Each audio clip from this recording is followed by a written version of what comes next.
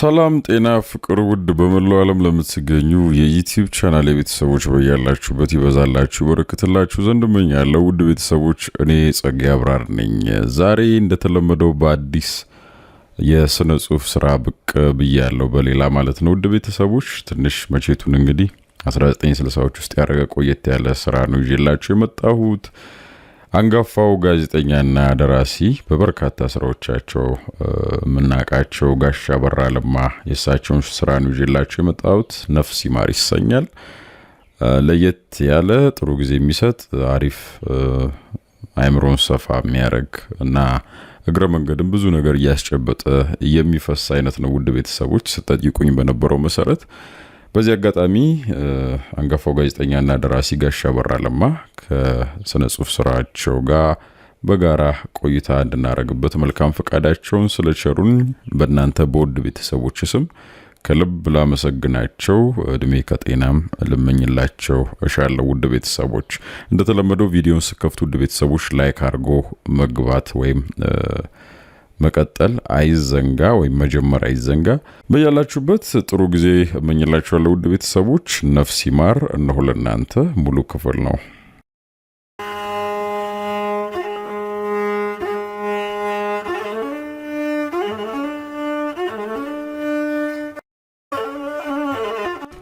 አሳሹ ቡድን የአቦቴን ጫካ ድንኳን አድርጎ እንደሰፈረ ቃፊር ሆኖ ሌሊቱን ይቆም አልነበረም። ቡድኑ ገና ከጋርባ ጉራቻ ከተማ ሲነቃነቅ ካወጣቸው መመሪያዎችና ደንቦች መካከል የቡድኑ አባላት ተራ በተራ ቃፊር መቆም ግዴታቸው ነበር። ነገር ግን ከ3 ቀን የእግር ጉዞ በኋላ ያሳሹ ቡድን አባላት በሙሉ ተዳክሞ ስለነበር መመሪያው ተግባራዊ ሊሆን አልቻለም። ሁሉም የጫካውን ጥላ ከለላና ተገን ያረገ በያለበት ለሻለ። ይሄን ነበር መሳይ ከቡድኑ መካከል ተፈትልኮ ወደ ከተማ ይኮበለለው። አንዳንድ ነገሮች ናቸው ይሄን እንዲወስን ያደረጉት። ከከተማው የተሟላ ኑሮ መራቁ ከፍቶታል። ደሞም በፊት አውራሪ ላይ እጁን ማንሳት ቀፎታል። ጦርነት ብሎ ነገር ማስፈርቶታል። እንደወጣ ቢቀር ደሙ ደመ ከልብ እንደሚሆንም ሰሞኑን ሁሉ ሲያስብበት ሰንብቷል። የጉዞን አድካሚነትና መጻኤን የጦርነት ውሎን አስፈሪነት ሲያስበው በጊዜ መሽሎክን ነበር የመረጠው። ያኒ መሳይን ረጅም ቁመና ለበጎ የማይመኘው ወንድና ሴት አልነበረም። ሴቶች ይህን ሽንቅጥ ገላ እንደ ሞዜር ጠመንጃ እየወለወሉ በክብር ቦታ አስቀምጦ የክት ማረግ ነበር። እንዳይወፍር ያለ ቅጥም እንዳይከሳ ቅቤና ማር ባናቱ ጣል የተደረገበት አጥሚት እያጠጡ እንደ ቅቤ ቅል ወልውሎ ማስቀመጥ ነበር። ከቤት እንዳይወጣ አርጎ በመጋረጃ ውስጥ እንደ ጽላት አስቀምጦ በክብርና ባለኝታ ጠዋት ማታ ፍቅሩን ማጣጣም ነበር ወይ ሲሉት፣ ወንዶቹ ደግሞ አይ ቁመና አወጣጥ እንደ ሸምበቆ መለሎ እንደ ሽመል ሰተቴ ይሄን የክብር ዘበኛ አርጎ መቅጠር ነበር። አቸሌለ የጦር መኮንን ይሆን ነበር። ለሰልፍ መሪነትስ ከሩቅ እንደ ኢላላ የሚታይ እኮ ነው፣ ከድንኮች መካከል ጎልቶ ይሉት ነበር መሳይን። ሌሊቱን ከቡድኑ መሃል ሾልኮ ወደ ጋርባ ጉራቻ ሊመለስ ሲነሳ ጥቅጥቅ ባለው ደን ውስጥ በአውሬዎች አሰቃቂና አሸባሪ ጩኸት ነፍስና ስጋው ተማክቶበት ነበር። በዚያ ዝግባ ቁመቱ ደኑን ጥሶ ሊወጣ አልተመቸውም። ለዚያውም የሚረማመድበትን መሬት እንዴት አምኖ እሱ በጥንቃቄ ረገጥኩ ሲል ጫማውም የደኑ ርጋፊ ቅጠልና የቅርንጫፎቹ ደረቅ ስብርባሪ ጭራሮች በኡኡታ ይቀበሉታል። የጠሉትና አሳልፎ ሊሰጡት ያደሙበት ይመስሏል። በዚህ ላይ ዙሪያ ገባውን የሚያስተጋባው ያውሬ ጩኸት በየደቂቃው ቃቢ አምላኩን ይገፋዋል። ስለዚህ የአልልቱ ወንዝ ኩታ ገጠም የሆነውን ሰፊ ደን እንዴት አርጎ ለቆ ሊወጣ እንደሚችል ተጨነቀ። በድካም እንቅልፍ ከተሸነፉት አሳሾች መካከል አንዱ ቢነቃ ተይዞ እንደሚዋረድ አልተጠራጠረም። ለግማሽ ሰዓት ያህል በልቡ ብዙ ተጉዟል። ነገር ግን የቆጠረው እርምጃ ቢኖር ጥቂት ብቻ ነው።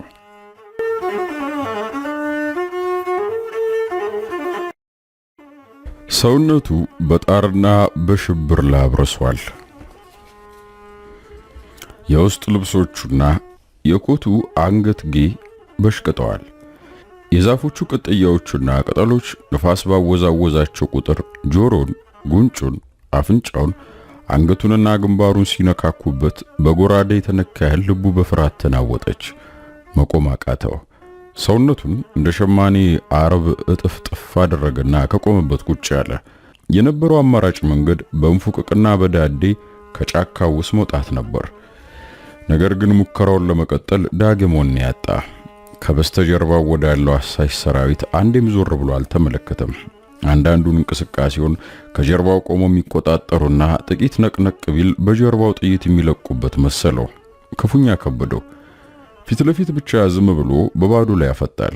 መልአከ ሙታን በረድፍ ገብተው ከፊቱ የተሰለፉበት ልዩ ልዩ አስፈሪ አውሬዎች በሎሳስ እያዛጉ ሊበሉት መቋመጣቸውን የሚያሳዩት ደሞም የአሳሽ ቡድኑ አባላት ከፊቱ ቀድመው መንገዱን አጥረው በተጠንቀቅ የሚጠብቁት ጭምር መስሎ ታዩት። አቅም አነሰው። የባሰውን ይከዳው። ሆዱን ጎረበጠው። እንደ ኮሌራ ሽርተት ታደረገው። ላቡ በግንባሩ ላይ አይኖቹን እያጠበ ይወርድ ጀመር። በቂጡ ቁጭ ሲል አልታወቀውም። ኮሽ አለበት ከስሩ ቅጠሉ። ፈጥኖ ቁጢጥ አለ።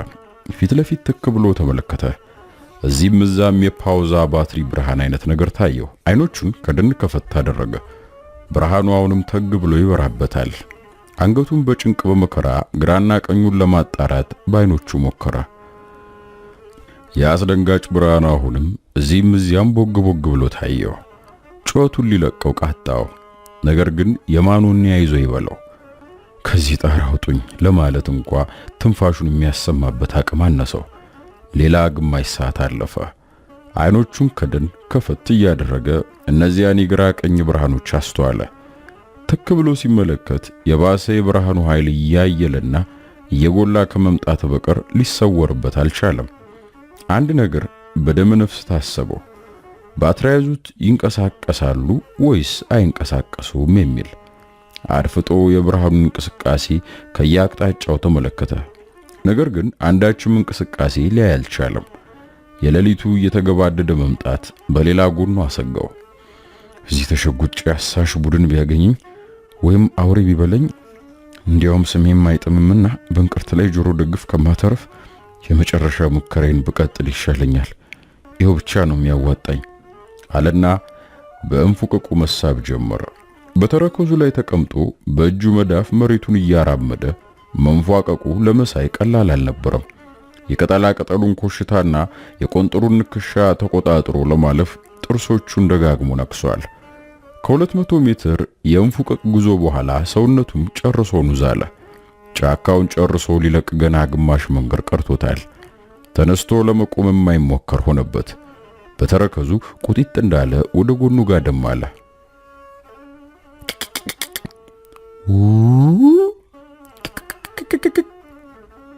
የአውሬው ጩኸት ከሩቅ ይሰማል። ደጋግሞ ከመስማቱ የተነሳ እንደ ሰባራ ሸክላ ሙዚቃ ጣዕም ባይሰጠውም ስለተላመደው የፍርሃቱም ሆነ የመደናገጡ ስሜት ደንዘዝ ብሎበታል። ተስፋ እንደመቁረጥም የቃጣው ይመስላል። እጥፍጥፍ ብሎ በጎኑ ከተኛበት ሁለት እግሮቹን ከየቋንጃዎቹ ለማላቀቅ ጥርሶቹን ነክሶ አይኖቹን ጨፍኖ ታገለ። የታሰረ ጡንቻውን ማፍታታት በቀላሉ ሊፈጽመው የሚችለው ጉዳይ አልሆነም። የህመም ስቃይ ቀስፎ ይዞታል። ላቡ አሁንም የውስጥ ልብሶቹን እንዳበሸቀጣቸው ነው። በጆሮ ግንዱም ላይ እንቆረቆራል። እግሮቹን ዳግም ለማፍታታት ሞከረ። ህመሙ አልታገሰለትም። በውስጥ የተስፋ መቁረጥ ስሜት እንደ በረሃ ነዳድ እያጣደፈው በልቡ የልህም ባነባ። ከበስተጀርባው ኮሽ አለበት። የሆነ የጫካ ውስጥ አውሬ ኮቴ ነው። ከተጋደመበት ፈጥኖ ተነስቶ እንዴት ወደፊት ጫካውን እየጣሰ እንደሮጠ አላወቀም። ልቡ ደጭ ደጭ ብር አለበት። ፍጥነቱና ዜማውን እየቀያየረ ያቺ እናቴ ለምን ወለደችኝ ይህን ሁሉ መከራ ከማይ አለ። ከጫካው እንደወጣ ወደ ከተማው የሚወስደውን አቅጣጫ ለመለየት ጨለማው አውኮት እንደቆመ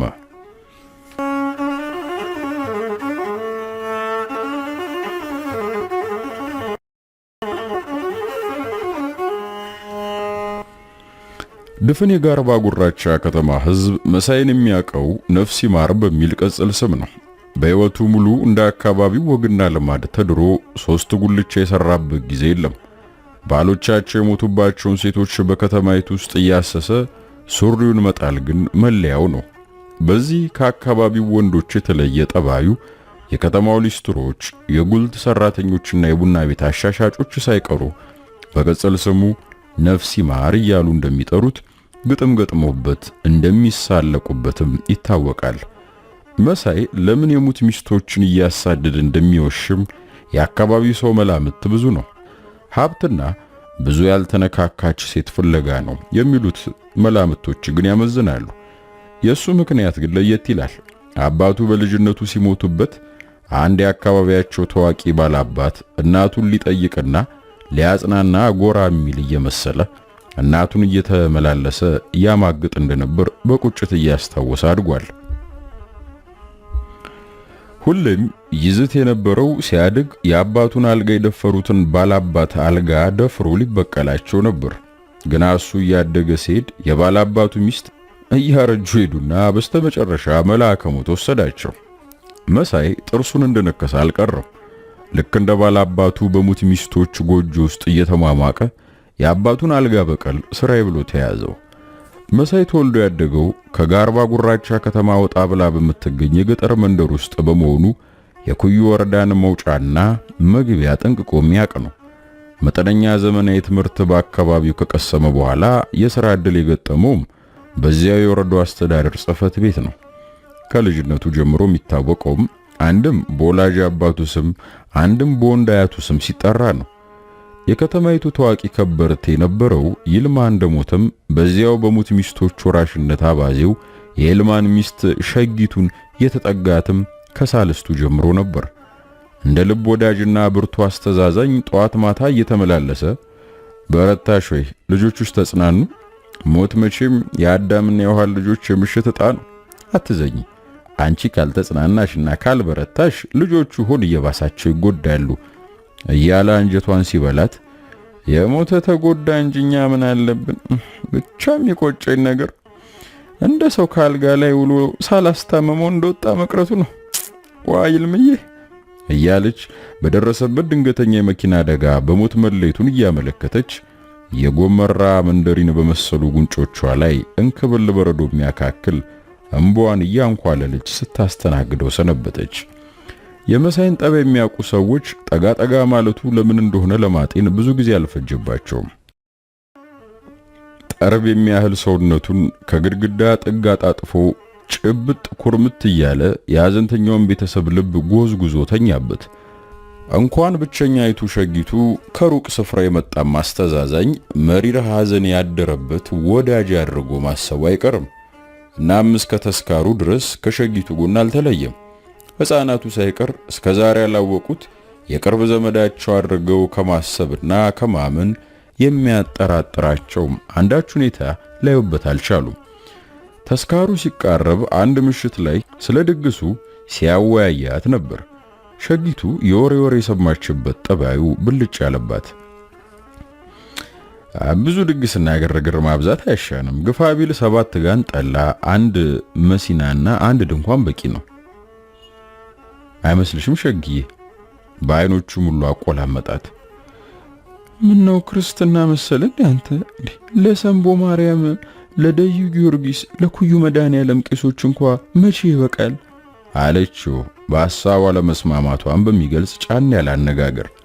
እንዴ የእነዚህ ደብሮች ቀሳውስት ሁሉ ይመጣሉ እንዴ? ይሄማ ድፍን አገሬው ግብርና ገባለን አትኝም እንዴ? እንዲያውም ያለ ጥርጥር ካሉት የእህል ወፍጮች መካከል ቢያንስ አንዱ መሸጥ አለበት ማለት ነው። ይሄ ደግሞ ጥሪት የሚያሳጣም መሰለኝ አይመስልሽም? አለና በሀፍረት አንገቱን ሰበር አደረገ። የመሳይ የስስት አቅጣጫ ከምን ስሜት የመነጨ እንደሆነ ለመገመት ሸጊቱ ጊዜ አልፈጀባትም። እንደ መደንገጥም እንደ ማፈርም ብላ ያንን መለሎ ቁመኗን አግድም ሰርቃ አገረመመችው። ልቧን ሰረቅ ያደረጋት መሰላትና እንዳይታወቅባት ያህል ክርክሩን ቀጠለች። ለወጪ አታስብ፣ ከዚህም ከዚያም ተብሎ ይሟላል፣ ብቻ አንተ ድጋፍ አይለ አለችው።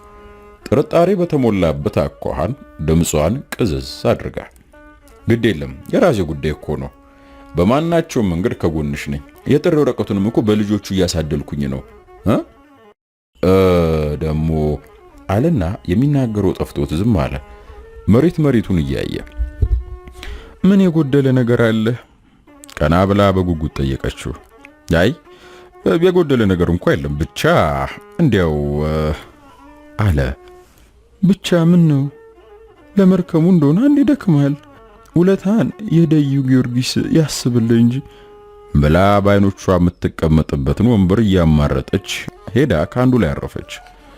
የለም ድካም የለብኝም። እውነተኛ ጓደኛ በችግር ጊዜ የሚገኝ ነው ይላሉ ፈረንጆች እኮ። ዋናው ነገር አለመረሳሳት ነው እንጂ ድካሙ እንኳን ፋይዳም የለው አላት ፍርጥም ብሎ። ከጎኗ ካለው ሌላ ወንበር ላይ ለመቀመጥ እያዘገመ ነበር። ሰው መቼም የሰውን ውለታ ከፍሎ ዳውን አይጨርሰውም እንጂ ለዚህስ በልምዬ ነው የወጣሁት። ባልና ሚስቱ ከአንድ ምንጭ ነው የተቀዱት ይሉን ነበር አለቃ እንቁ፣ ነፍሳቸውን ይማረውና ዋ አለችና አንገቷን ደፍታ በባለ ቱቢቱ ነጠላዋ ጫፍ አይኖቿን ግራና ቀኝ ዳሰሳ አደረገቻቸው። እሱስ ያው በምድር ያልተሰራው ውለታ በሰማይ መች ይገኛል ብለሽ ነው፣ ብቻ አለመረሳሳት ነው አለና በብልጥ ፈገግታ ልቧን ሊያቀልጠው ዞር ሲል አሁንም አይኖቿን ስትጨምቃያት አይ እንግዲህ እንዲህ መሆን ደግም አይደል እንዴ? እኔ ሰው ሆደ ባሻ ሲሆን አልወድም። የነገውን ህይወት ማሰብ ነው እንጂ እንዴ ያለፈን ማስታወስ ምን ፋይዳ አለው? ተብይሻለሁ ዋ አለና ወደ ወንበሯ ተጠግቶ ትከሻዋን በፍቅር ስሜት ቸብ አደረጋት። ብቻ የደግሱን ጉዳይ በርታልኝ፣ እሱማ ያለፈ እንደማይጠቅም መቼ አጣሁት አለችና ወደ ጓዷ ስታዘግም ተሰናብቷት ከቤት ወጣ። ከዚህ ምሽት ጀምሮ እሷም በልቧ ጻፈችው፣ እሱም አዚሙ መንገድ የያዘለት መሆኑን አረጋገጠ። ተስካሩ ከወጣ በኋላ አንዳንዴ እያመሸ መሄድ፣ አንዳንዴ ማደሩን ተያዘው። ቀስ በቀስ የአካባቢው ሕዝብ ጉዳዩን እየሰማ ሲሄድ እልህ ያመጣው እርምጃ ነው በሚል ሰበብ ጓዙን ጠቅልሎ ገባ። ከዚህ በኋላ ነበር ሸጊቱን ለዶሮ አልማዝን ለሽሮ ሁለት አባት ልጅ ሆነለት ዘንድሮ እያሉ በየሰርጉ በየተስካሩና በየመጠጥ ቤቱ ጣታቸውን የቀሰሩበትና ያስቀሰሩበት። ከሸጊቱ በፊት ያገባው ጠጅ ኮማሪቷን አልማዝን ነበር። በጡረታ ተገልለው የነበሩት ሻምበል ባሏ ከሞቱ ከመንፈቅ በኋላ ነበር መሳይ አልማዝን ያለ 80 ያገባት። መሳይ ከአባቱ አልጋ በቀል ባሻገር ጠጅና አጭር ጠይም ሴት ፈቃጅ በመሆኑ አልማዝ ተስማምተው ኖራለች። ደሞም እያደር ያሸተተውና የቀመሰው ነገር አለ። ባሏ የሞተባት ሴት ሁላ ምንም ቢሆን ጥሪት አታጣም ከሚል መደምደሚያ ላይ ደርሷል። አልማዝ በዚሁ ተመችታው ነበር። ብዙ የቡና ቤት እመቤቶች፣ ሴተኛ ዳሪዎችና ሀብታም ሴቶች በከተማይቱ እያሉ ለምን ባሎቻቸው የሞቱባቸውን ሴቶች ብቻ እየመረጠ እንደሚያገባ ግን ሚስጥሩን ከሱ ሌላ የሚያውቅ የለም። ሊስትሮች በገጠሙት ግጥም አልማዝን ለሽሮ ያሉት የጠጅ ቤቷን ንግድ ካዳከመና ካከሰረ በኋላ ወደ ሸጊቱ ሲዞር ዶሮ ያለ ለምን በሽሮ ላግሳ ብሎ እንደሆነ አዳሜ ገብቶታል። መሳይ በአለልቱ ወንዝ ላይ በተዘረጋው የእንጨት ድልድይ ሲሻገር ሰማይና ምድር ገና አልተላቀቁም ነበር። በጉሙ ውስጥ ታፍና መውጫ ቀዳዳ ለመፈለግ የምትገሰግስ የምትመስለው ጨረቃ ከልብ እግር ጉዞ ጋር እሽቅድድም ያዘች ነበር የመሰለችው። ወንዙ አራት አጠናዎች ፍርግርግ ብለው የተጋደሙበት ድልድይ እንዳለው ቀን ሲሻገር ያየው ትዝ አለው። በዘዴ እንጂ እንደበረሩ የሚሻገሩበት እንዳልሆነ ለማሰብ ጊዜ አልወሰደበትም። ከወንዙ ዳር በርከክ ብሎ የአራቱን አጠናዎች መስመር እያፈላለገ ከዳር እስከ ዳር አይቶ መለየት አልቻለም። ምጥ እንደያዛት ሴት ወይዘሮ አጎንብሶ ወዲያና ወዲህ ተንቆራጠጠ። ሐሳሹ በድንኳ ላይ ቢደርስብኝስ ምንድነው የሚውጠኝ? የመጣ ይምጣ እንጂ ልሞክረው አለ ፍርሃት በሚነጠው ቀልቡ። አንድ እግሩን ከአንደኛው አጠና ላይ አሳርፎ ሁለተኛውን እግሩን ከሌላኛው አጠና ጋር ለማውጣት ብድግ ሲያደርግ የመጀመሪያው አጠና ከስሩ ተንከባለለ። አጠናው የከዳው አንድ እግሩ ከወንዝ ውስጥ ቦጭረቅ አለ። በዚያ ሙሉ ቁመቱ ወደ ኋላው ተገነደሰ። ትንሿ ልቡ እንደ ቃልቻ ድቤ ራሷን በራሷ መደብደብ ጀመረች። አልተሰማውም እንጂ ዳሌው ላይ ያለው መጋጠሚያው ክፉኛ ተቀጥቅጧል። የደመ ነፍሱን ተነስቶ አካባቢውን ቃኘ። ምንም ነገር የለም። ውሃው ብቻ ሰላሙ እንደተነካ ብስጩ ሰው ወዲያ ወዲህ ያለ በወንዙ ዳርና ዳር ቦጭረቅ ይላል። ከበስተላይ ከተዳፋው ላይ የሚወርደው ፏፏቴ ዜማው የማይቀየር ሙዚቃ እያሰማ በመሳይ ላይ የሚያፌዝ ይመስላል። ለአንድ አፍታ አዳመጠው። ብኩን ሕይወት አለ ራሱን የታዘበ ያህል። ከድልድዩ ጫፍ ተቀምጦ በምሬትና በህል ከራሱና ከአካባቢው ጋር በሐሳቡ ግብ ገጠመ። ጨረቃውም ድልድዩም ወንዙም አባሪ ተባባሪ ሆኖ ከሰባራ ድሌ ጋር ግንባር ገጠሙብኝ እንዴ! ሞልቶ ከተረፈ ጀግና አለን ከሚሉ ስንት ሀገር ወዳዶች ከተማዋን ካጥለቀለቋት ተራማጆች መካከል እኔ ሳልዋጋ ቀረውና ምንድነው የሚጎለው? ምንድነው ኩዩ የሚቀርበት? አሰሳ ብሎ ነገር ዘመቻ ብሎ ፈሊጥ እያለ በውስጡ ተብሰለሰለ። መሳይ ከ500 በላይ በሚሆኑ የጋርባ ጉራቻ ከተማ ነዋሪዎች ጋር ለአሰሳ የተሰማራው ሽፍቶችን ለማጥፋት ነበር። ከኩዩ ወረዳ ውስጥ በተለያዩ ስፍራዎች እየተዘዋወሩ ህዝቡን የሚዘርፉ ቤት ንብረቱን የሚያቃጥሉ ሽፍቶች እንቅስቃሴ ተከሰተው ከ1976 ዓ.ም ወዲህ ነው። በየገጠሩ ብቅ ካሉት በርካታ የሽፍታ ቡድኖች መካከል ፊታውራሪ ሙላቱ ከነ ልጆቻቸው ያቋቋሙት አንዱ ነው። ፊታውራሪ ሙላቱ በቅድመ አብዮት ደግና አዛኝ ሰው በመባል መንግስት ከሰጣቸው የወረዳ አስተዳዳሪነት ሹመት ሌላ በፓርላማ አባልነት ለመመረጥ የበቁ ሰው ነበሩ። እንደ ባልቴት መቀነት ቁመቱ የትየለሌ በሆነው የጋርባ ጉራቻ ከተማ አውራ መንገድ ላይ አሽከሮቻቸውን አስከትለው ሲወጡና ሲወርዱ በትህትናና በአክብሮት እጅ የማይነሳቸው ሰው አልነበረም። ለህዝብ ተገቢውን የሰላምታ አጸፋ በመስጠት ተወዳጅና ተከባሪ ገዢ ነበሩ። ፊታውራሪ ትንሽ ትልቅ ብለው በባለ ጉዳይ መካከል ማበላለጥን የማይወዱ ፎልፏላና ደግ ሰው ነበሩ። ፊታውራሪ በጋርባ ጉራቻ ጎዳና በቀን 10 ሲመላለሱ መሳይ የቆዳ ቦርሳቸውን ተሸክሞ ኋላቸው ይታጣል ማለት ዘበት ነበር። አንድ ፊቱን አሽከርነት ለምን አይገባም? ከዚህ ቁመናው ጋር ለአንጋችነት ፎርሙ የሰጠ ነው የማይሉ አሽሟጣጭ አልነበረም። ፊታውራሪም ከጀርባቸው ሲያጡት ውቃቢ አምላካቸው ሚርቃቸው ይመስል ገልመጥ እያሉ መሳይ ሳይሉትና የሞቀ ፈገግታ ሳይመግቡት የሚጓዙበት ጊዜ አልነበረም። አሳሹ ቡድን ከጋርባ ጉራቻ ከተማ መንቀሳቀስ ሲጀምር መሳይ ትዝ ያለው ያ ፊታውራሪ ለሱ ያሳዩት የነበረው የተለየ ደግነትና ፍቅር ነበር። ከተማዋ በነቂስ ታሳ ጠንከር ያሉ ወንዶችና ሴቶች ለአሰሳው እንዲሰማሩ ግዴታ ተጣለባቸው። ከተማዋን ወጣቶች እናቶችና አባቶች ይጠብቋታል። በዘመቻው የማይሳተፍ በግልጽ የነፊት አውራሪ ስንቅና ጥይት አቀባይ በመሆኑ አብዮታዊ ቅጣት ይፈጸምበታል በማለት አዲስ ወረዳ አስተዳዳሪ አሳሾቹን ለሚያስተባብረው ቡድን መመሪያ ሲሰጥ መሳይ ቃለ ጉባኤ መጽሐፉን ትቶ በሐሳብ ስምጥ ነበር ያለው። ከአሳሾች አንዱ እንደሚሆን ስሙን ጠርተው ሲነግሩትም የተፈረደበት ተሰማው። ልቡ በጭንቀት ማዕበል እየተናወጠች ስሜቱ እንደረገበ መረብ የሚሰጠውን ተቀብሎ ለመመለስ አሻፈረኝ እያለ አሁን የሚነገረውን ወደፊት የሚሆነውን ሁሉ በቅዠት ዓለም እንጂ በእውን የሚደረግ አልመሰል ነበር ያለው። ከስብሰባው ወጥቶ ከአዲሷ ነፍሲ ማር ሚስቱ ቤት እንደደረሰ ነበር ቅዠት ሳይሆን በእውን የሚደረግ መሆኑን የተገነዘበው። ምን የከፋ መሰልክ መሳይ? ምን ሆንክ? አለችው በለጡ። ከሳሎን ገብቶ ከሶፋው ላይ ድብር ብሎት እንደተቀመጠ አይኑን እያየች ምን የማያስከፋ ነገር አለ ብለሽ ነው?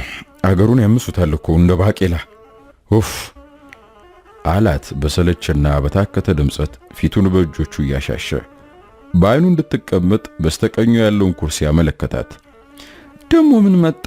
ለሚሊሻ ሰንቋሉን ሰነቅን፣ አዝምቷሉን አዘመትን፣ አዳሪ ናቸው አሉን ተቀበልን።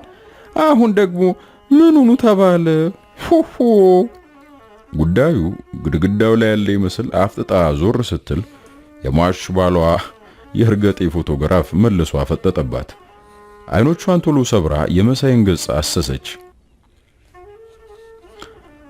ነፊት አውራሪ ሙላቱን ወጉ ደምስሱ ነው አዲሱ አዋጅማ፣ መቼም ዘንድሮም አይሰማ ጉድ የለ አለ በአርናቆት ክንዶቹን ግራና ቀኝ ከጉልበቶቹ ላይ ተክሎ በአግራሞት እያጨበጨበ። የቀጣባዋ ማርያም ምን ማአት ነው የምታወራው? የኛም ፊት አውራሪ ነክችም አናደርጎ የጨዋ ዘር እንደው ለአድባሩ ማይትረፍ ነው መሰል ሴራው። ሆ አካካካ ይሸዋ ፈራው ልጅ አለችና እየተፈናጠረች ስንጥር የመሰለ ረጅም ቅልጥሟን የኋሊት እያሳየችው የጓሮን በር ዘልቃ ወደ ደጅ ወጣች። መሳይ በልቡ ሟቹ ባሏ ይህን ጤፍ የሚቆላ ምላሷን እንደምን ችሎት ኖሯል ሳይል አልቀረም በትዝብት። በለጡ የኩዩ ባላባት የደጃዝማች ሸዋፈራው ልጅ ነበረች። ደጃዝማች 3 ሚስቶች አግብተው ከሁለቱ የወለዱት እሷንና አንድ ወንድ ልጅ ብቻ ነበር። ሚስቱን የወሸሙበት አንድ የጋርባ ጉራቻ ነጋዴ በእጅ ቦምብ ከነበቅሏቸው አደባይቷቸው ከሀገር ከጠፋ 15 ዓመታት አልፈዋል። በለጡና በእናት የማይገናኙት ወንድሟ 13 ጋሻ ዓለም መሬት ወርሰው በወርቅና በብር የተንበሻበሹበት ሕይወታቸው የውሃ ሽታ የሆነው ከ1967 ወዲህ ነው። ሊዘመትባቸው አሳሽ ቡድን የሚመለመልባቸው ፊታውራሪ ሙላቱ ደግሞ ያክስቷ የሕግ ባል ናቸው። ከደጅ ስትመለስ ጨፈቃ ቢጤ በእጇ ይዛ እየሰበቀች መረግረጉን ቀጠለች። እና አሁን ማን እንዲዘምት ነው ቱማታው? አቦቴ ወይስ ኩዩ? አንጠለጠለችው የመጨረሻውን ቃል ደፍራ ለመጥራት ወኔ እንዳጣች ሁሉ ሁላችንም ነን። እገሌ ከገሌ የሚባል አካባቢና ሰው የለም እንደሚያወሩት ከሆነ። ግን ቆይ እኔ በፊት አውራሪ ላይ ቃታ መስበው አለና በሰፋፊው እጆቹ መዳፍ የራስ ጸጉሩን ከኋላ ወደፊት ሸለተው። ተራክፋ ወደቀች። አንድም ጸጉር አልነበረች። ንዴቱ ግን ከልቡ ነበር። ከከከከ ማን ይሙታውን ኩዩ ፊት አውራሪን ይወጋል? ያንተስ ያንተ ነው ወይ ዘመን ለዚህ አለ ቲቸር ተስፋዬ ነፍሱን ይማርና አለች። እስከ 5ኛ ክፍል ተምራ ስለነበር ከተማሪዎችና ከመምህራን ተሰማቸው ከነበሩት የእንግሊዘኛ የስድብ ቃላት መካከል የምታዘወትረው ሌዚ የሚለውን ስድብ ነው። ነገርኩሽ፣ አሁን ስለሌላው እንተውና ስለኔ መላ ፍጠሪ። ከከተማው ሕዝብ መካከል ከዘመቻው የሚቀር አንድም አይኖርም አለና ፍርጥም ባለ አነጋገር የምትሰጠውን መላ በጉጉት እንደሚጠብቅ ሁሉ አይኗን ተመለከተ። አንዳች የተደበቀ ነገር ከአይኖቿ ውስጥ ፈልፍሎ ለማውጣት ያሸመቀ ነበር የሚመስለው። ምን መላ አለ? ምን ዘዴ? አጃይብ ነው እንጂ መላው ቢኖር መች የአባቴን አጽመ ርስት ከእጄ ተፈልቅቆ ሲወሰድ ቆሜያይ ነበር። ወይኔ ልጅት ርስቴን ማንም የደሃ ልጅ ገበርዲን ይልበስበት። ወይኔ ሸዋፈራው ልጅ። አንዳንዴ የርስቷን ጉዳይ የሚያስታውሳት ነገር ሲነሳ እንደ ልብ መንሳት ያደርጋታል። የጀመረችውን ጨዋታ አስቶ ወደ ሌላ ነገር ያስገባታል፣ ይስባታል። ታዲያ ስሜቷ የተቀሰቀሰ ዕለት ቀኑን ሙሉ ከሳሎን ማድቤት፣ ከማድቤት ጓዳ፣ ከጓዳ ዕቃ ቤት የሆነ ያልሆነውን እያስቀባጠረ ሲያመላለሳት ይውላል። ምን ነው የኔ ርስት ጉዳይ ባታነሽ? አሁን እስቲ ሞት መጣ ቢሉሽ ስለ ርስት የሚያናግርሽ ጉዳይ አለ ትሻልን አለና ደንግጦ ሊተርት የነበረው ምሳሌ ውጦ አስቀረው። ከበለጡ በፊት አግብቷት ከነበረችው ካልጋነሽ ጋር ማወዳደሩ ነበር ትሻልም ብሎ ተረቱን ሳይጨርሰው የቶ። አልጋነሽ የመቀሌ ልጅ ነች። ሟቹን አስተማሪ ባሏን እዚያው መቀሌ ከተዳረች በኋላ ወደ ጋርባ ጉራቻ በቅያሬ የመጡት የዛሬ 10 ዓመት ገደማ ነበር። በጉበት በሽታ ሳቢያ የዛሬ 5 ዓመት እንደሞተ መሳይ ከብዙ ደጅ ጥናትና ልምምጥ በኋላ ነበር እንደ ሌሎች ሁሉ ያለ 80 ሊያገባት የቻለው። ታዲያ ከበለጡ ጋር ሲያወዳድራት ካለፈ ትዝታ ይልቅ በመጪው ሕይወቷ ላይ ማሰብን የምታዘወትር በመሆኗ የተለየ አድናቆት አለው። የሟች በኋላን ዘመዶች ዛቻና ግልምጫ ፈርቶ ባጭሩ ተዋት እንጂ። ውይ መሳይ፣ የኔ ነገር የምጣዱ ሳለ እንቅቡ ተንጣጣ አደረኩት አይደል? ምን አባቴ ላድርግ? ቤታችን እያፈሰሰ ነው። እንደ ሰዎች ወፍጮ ቤት፣ ጠጅ ቤት፣ ቡና ቤት የለን። ያለችን ይችሉንችና ነች። የባንኩም ገንዘብ ተቀንጭቦ እያለቀ ነው። አየ ከ7 ጋሻ መሬት በአመት ይገባ የነበረው ጤፍ ብላ ዝርዝሩን ልታሰላው ስትል ዞራ ወደ ርስት ጣጣ መግባቷን ሲያጤን አቋረጣት። ሴትዮ ጤና የለሽም እንዴ? ያንቺን ርስት እዚያው ፈግጪው። ሞት መጣ ምን ይሻለናል ነው ኮኔ እያልኩሽ ያሉት አላት በቁጣ ግራ ቀኝ በግንባሩ ላይ ቁልቁል የሚወርደውን የደም ስሩም እንደ ቱቦ አፍጥጦ። የኔ ነገር መሳይ አትቀየመኝ። ነገርን ነገር እያነሳው ነው የሚያስቀባጥረኝ። ለዘመቻውማ አንተም አብረ ዘማች መስለሚሄድ ነው ግዴታ ከሆነ። አፏ ያመጣላትን ነበር የተናገረችው። በሁኔታዋ እንደታዘባት በመገመት ያመጣጧን ደብዛ ለማጥፋት ተፍጨረጨረች። ሀፍረት ክፉኛ ተሰምቷታል። ከመሳይ ፊት ልትሰውሩ አልቻለችም እንጂ አብሬ ሄጄስ ምንም የተሻለ መልስ ከሷ እንደማይጠብቅ ሁሉ የፊዝ ነበር አጠያየቁ። አብረማ ሄደ በውጊያው ጊዜ ከኋላ ኋላ መሆን ነው እንግዲህ መመሪያ የምትሰጥ መሰለ ካነጋገሯ። ከኋላስ ቢሆን እንዴ የፊቱን አልፎ የኋላውን ጥይት አይመታውም እንዴ? የፊቱ ሲወርቅስ የኋላው መጋፈጡ ይቀራል? ተባራሪስ መች ይምራል? ሄ አለ መላዋ የተሟላ ስለመሆኑ በትዝብት አይን እያስተዋላት። ታዲያ ወይ እንግዲህ ሾልኮ መጥፋት ነው በግርግር መሃል። የአሁኑንም መለዋን እየተጠራጠረች ነበር የሰነዘረችው። መሳይ የኋሊት ከሶፋው ላይ አንተራሶ አንገቱን ሲያቀናና ሲጠይቃት ቅጽበት ነበር የፈጀበት። ምን ጊዜ ቀን ነው ማታ? ትክ ብሎ በፈገግታ መልሷን ጠበቀ። ሌሊት አለችው ኮስተር ብላ። ያበጦ የፈንዳ ነበር አነጋገሯ። ይሄ ነው መላ። አሁን አመጣሽ ጥበብ። ልክ ነሽ። እኔም በውስጥ እየተመላለሰ አርጎ የሚለኝ ስሜቴ ነበር። ከተቀመጠበት እንደ አውቶማቲክ ዣንጥላ ተወርውሮ አንገቷ ላይ ተጠመጠመባት። ጠይም መንጣጋ ፊቷን አገላብጦ እንደናፈቀ ሰው ከስሜቱ ነበር ይሳማት።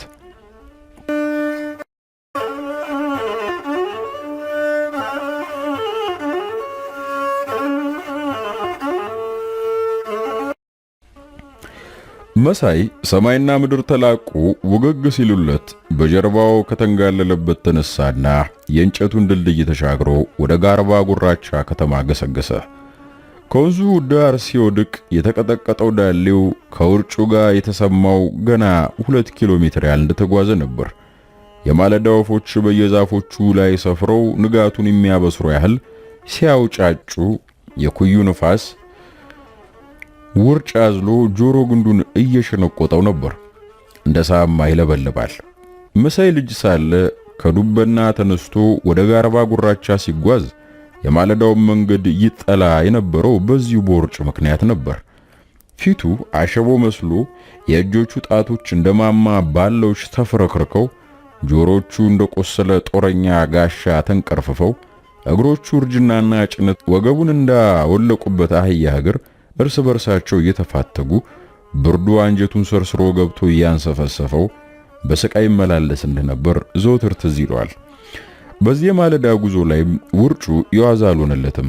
በእርግጥ ሞትን ከሚያህል የመጨረሻ ጠላቱ እጅ አምልጦ መሸሹ ነበርና ብዙም አላሳሰበውም፣ ብዙም አላበሳጨውም።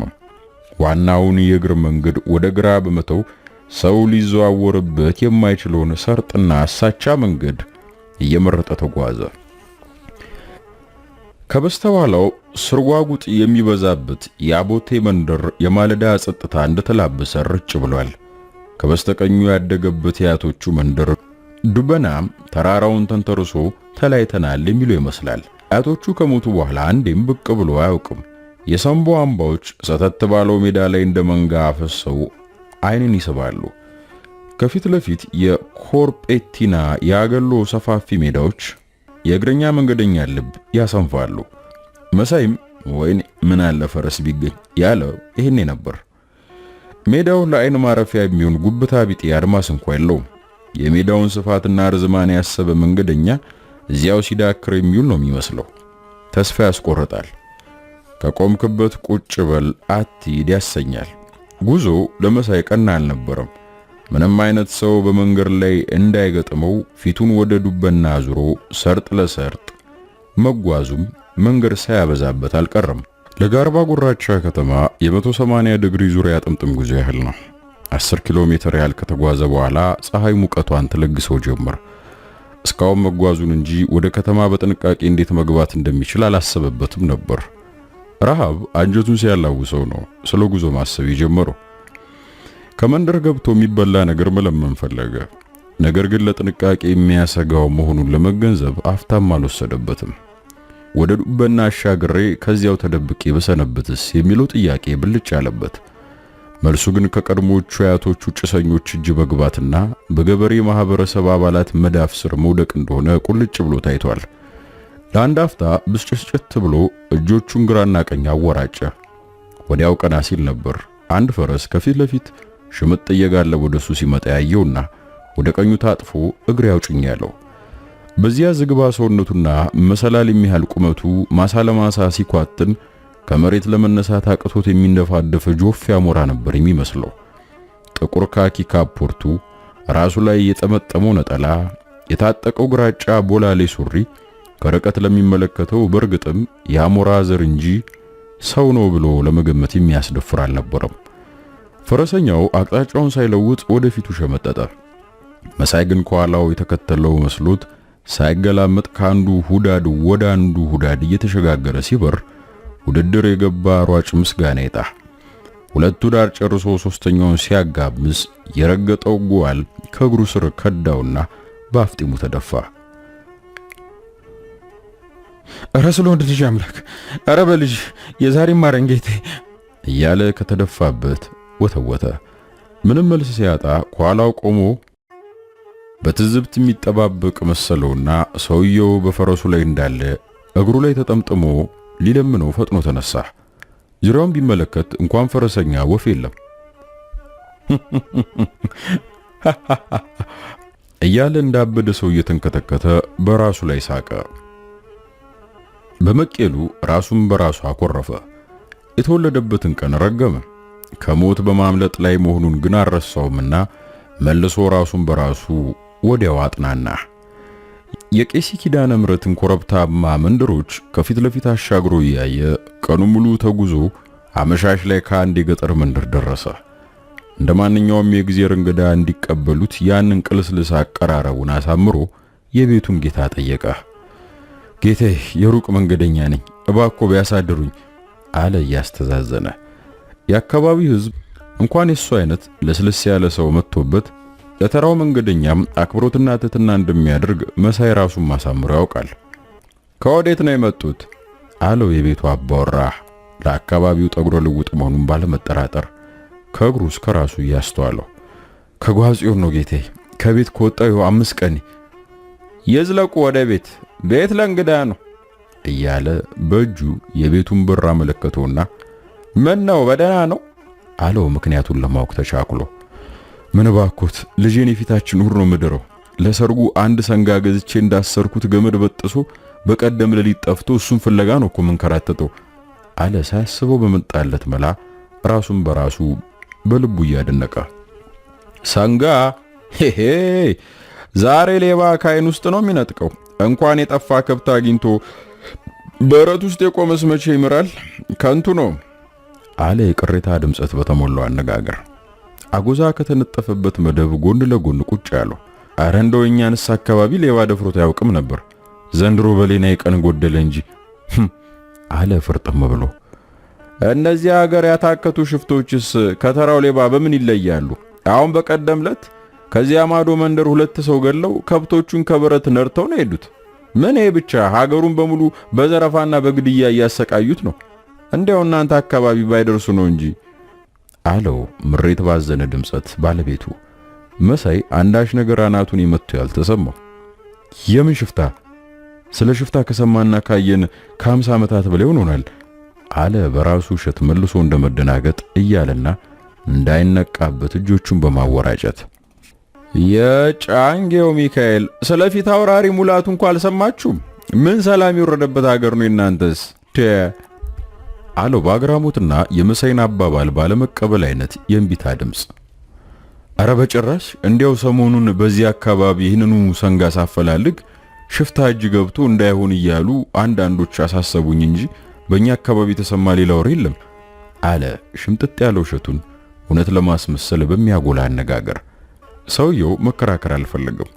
ጥርጣሬ ባልተለየው አነጋገር ይሆናል እንግዲህ ሊሆን ይችላል እያለ ያደረሰች ኮረዳ ልጁን ለመሳይ የእግሯ አቅርባ እንድታስታጥበው አደረገ። ቤት ያፈራውን ራት ተበልቶ ገበታ እንደተነሳ መሳይ ከአንደኛው ወደብ ላይ አጎዛ ተነጥፎለት በቤቱ አባወራ የቀን ቡልኮ ተጠቅልሎተኛ።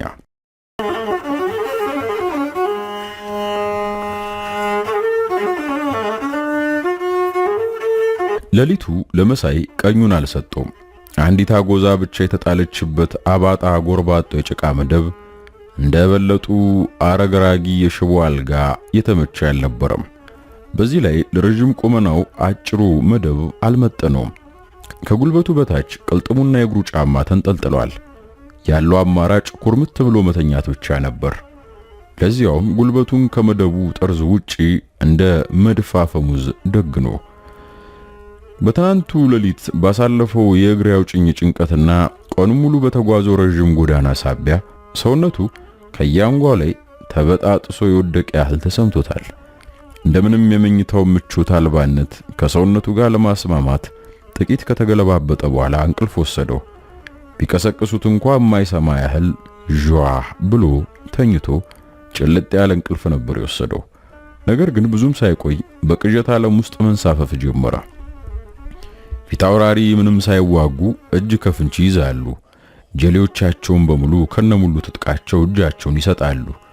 የፊጥኝ እየታሰሩ ወደ ጋርባ ጉራቻ ከተማ ሲጓዙ ህዝቡ ተሰብስቦ ምራቁን እየተፋባቸው ያንጓጥጣቸዋል፣ ይሰድባቸዋል። መሳይ አቅም በማጣቱ አብደላ ሱቅ በር ላይ ቆሞ ይናደዳል። ወዲያው ተመልሶ ፊታውራሪ የጥንት ኃይለኝነታቸውና ጀግንነታቸው ይቀሰቀስባቸውና ያኔ በአርበኝነት ዘመናቸው የጣሊያንን ሰራዊት መሃል ገብተው እንዳተራመሱት ሁሉ የሐሳሹን ቡድን አባላት ጅራት የቀረው አንበሳ ሆኖ በመትረየሳቸው ሲቆሉት፣ የጋርባ ጉራቻ ከተማ ቤቶች እሳት ባናታቸው ሲነድ፣ የቱጃር ነጋዴዎች ካዝና እየተሰበረ ብር በጆንያ ሲሞላ፣ በየመደብሩ የሚገኙ የባህር ዕቃዎች በአህያና በአጋሰስ እየተጫኑ ሲጓዙ፣ የአውራ ጎዳና ቅርንጫፍ መስሪያ ቤት ተሽከርካሪዎችና ንብረቶች በሙሉ ወደ ገጠር ሲወሰዱ፣ ከጎንደር ከጎጃም ከአዲስ አበባ እህል ሸቀጣሸቀጥና መንገደኞችን ጭነው ሲተላለፉ የተገኙ ካሚዮኖች እንዲቆሙ እየተደረጉ ሲዘረፉ፣ እጃቸውን ወዲያው የሰጡ ተቀናቃኞች እርስ በርስ በሰንሰለት እየተቆራኙ ወደ ዶሮ አቦቴና ወደ ሌሎች የገጠር ስፍራዎች ሲጓዙ መሳይ ያየ ከፊት አውራሪ ፊት እየሮጠ ግፎ ወደፊት እያለ ሲፎክር ታየው። የተኛበት ደረቅ መደብ ባይጎረብጦና ከእንቅልፉ ባይባንን ኖሮ ቢያንስ ያንን ሰዎች ሲመኙለት የነበረውን ጋሻ ጃግሬነት ወይም አንጋሽነት ፊት አውራሪ እንደማያሳጡት ሙሉ በሙሉ እምነት ነበረው። ቅዠት በመሆኑ ተበሳጨ። አንዴ የተገላበጠና ፊቱን ወደ ግድግዳው አዙሮ ኩርምት ብሎ ተኛ። መኝታው በእርግጥ እንዳልተስማማው ለማስመሰል ጊዜ አላገኘም። እንቅልፍ ቀደመው። ደግሞ ሌላ ቅዠት። ፊታውራሪ ሙላቱ በውጊያ ላይ ክፉኛ ቆስለው እንደታረደ ሰንጋ እያጓሩ በአንድ ዛፍ ስር ይወርቃሉ። ልጃቸው አባቱን ደም ሊበቀል እየፎከረና እየሸለለ ጀሌውን ወደፊት ይላል። አሳሹ ቡድን ይከበዋል።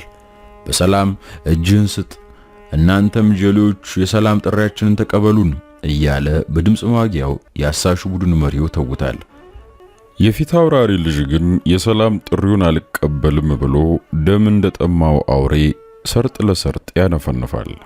አይ ወንድ አለመሳይ ትሪቱን እያስተዋለ ቅለበው እያለ የአሳሹ ቡድን መሪ ከአንዱ ጉብታ ወደ ሌላ ሰርጥ ሊዘል ሲያኮበኩብ ልጅየው ክንዱን አነደደው።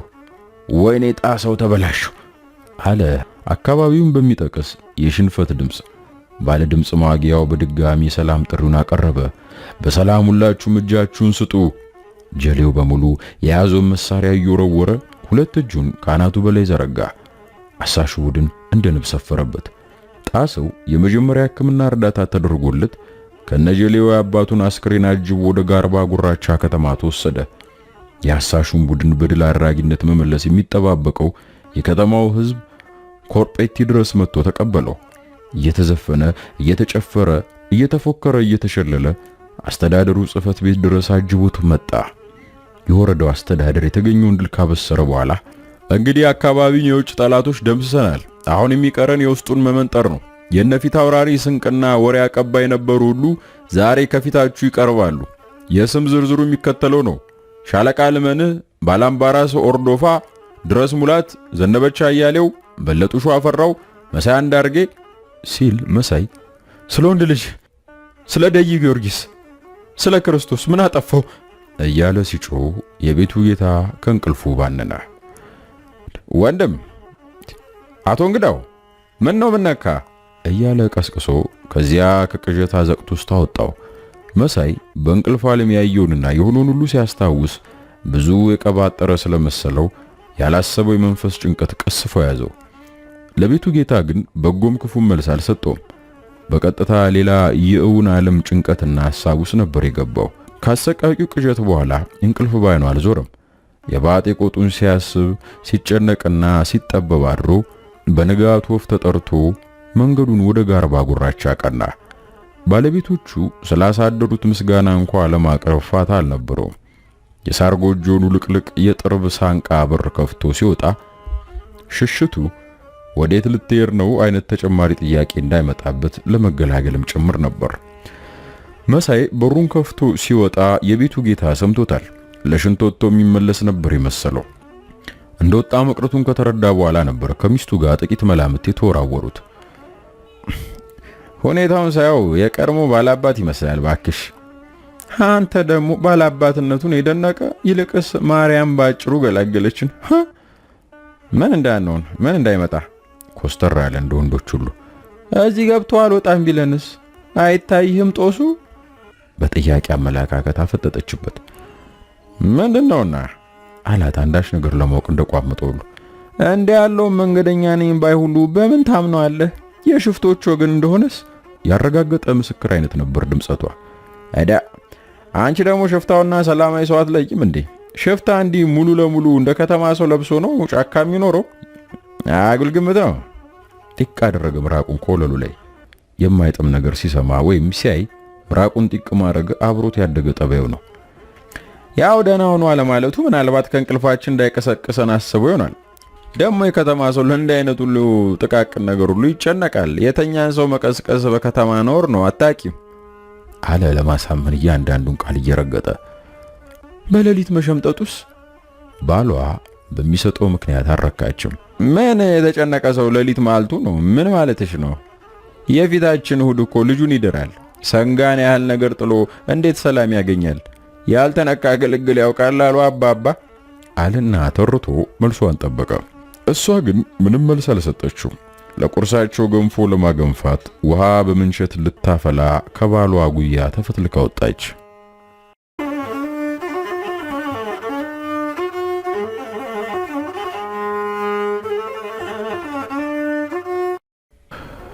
መሳይ የማለዳው ቁር ጆሮ ግንዱን እየለበለበው ሰርጡን ተያዘው።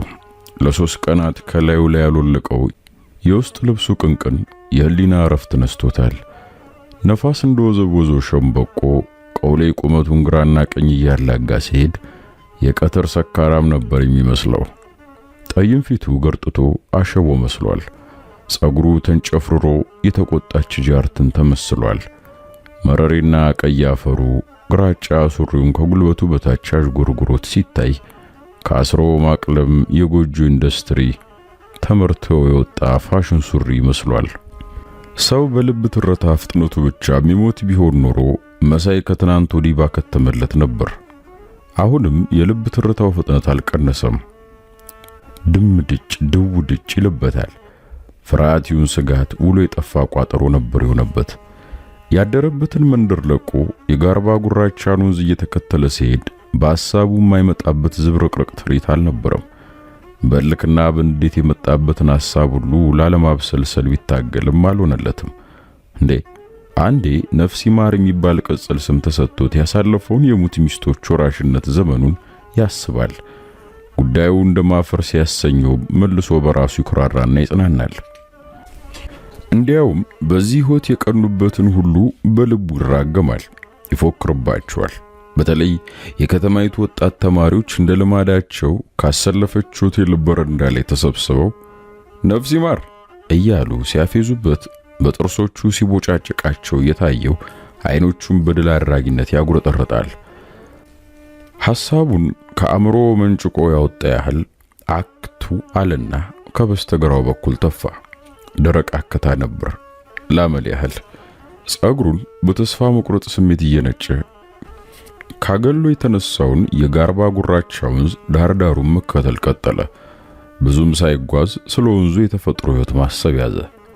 ማን አዛዥ ያለበት እንደፈለገው ከዘመን ዘመን ከወቅት ወቅት ከወር ከቀን ከቀን መንገዱን ሳይለቅ ይፈሳል። ና በዚህ ሂድ፣ በዚህ ተመለስ፣ እንዲሁን የሚለው አዛዥ የለበት። ታድሎ እንደ ነብር ጅራት እየተጥመለመለ ከሀገር ሀገር ይፈሳል። ደሞ ሜዳ ነው እኮ ሰንጥቆ የሚያልፈው ኮረብታ ጉብታ የለበት የታደለ። ሰተተተት ሰተት ሰተተተት ከደንበኛ አፍ እንደገጠመ እንደ ሮባ ጠጅ ቤት የማር ጠጅ ለአንድ አፍታ ምራቁን ዋጠና ካንገቱ ቀና አለ።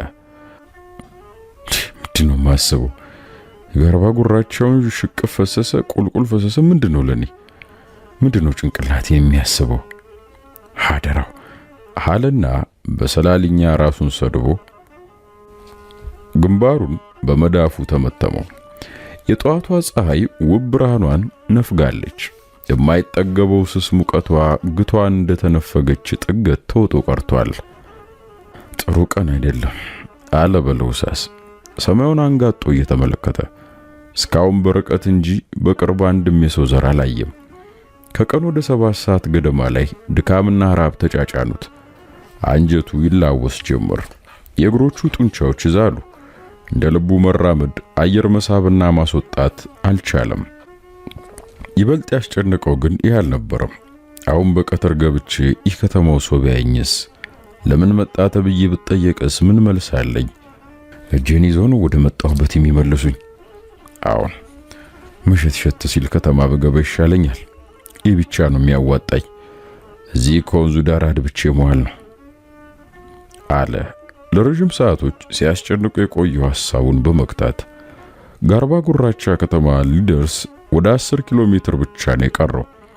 በደረቱ ጇ ብሎ የተኛበት ስፍራ ከወንዙ ዳር ላይ ጨፍ ያቀመቀመ ዲብ ነው።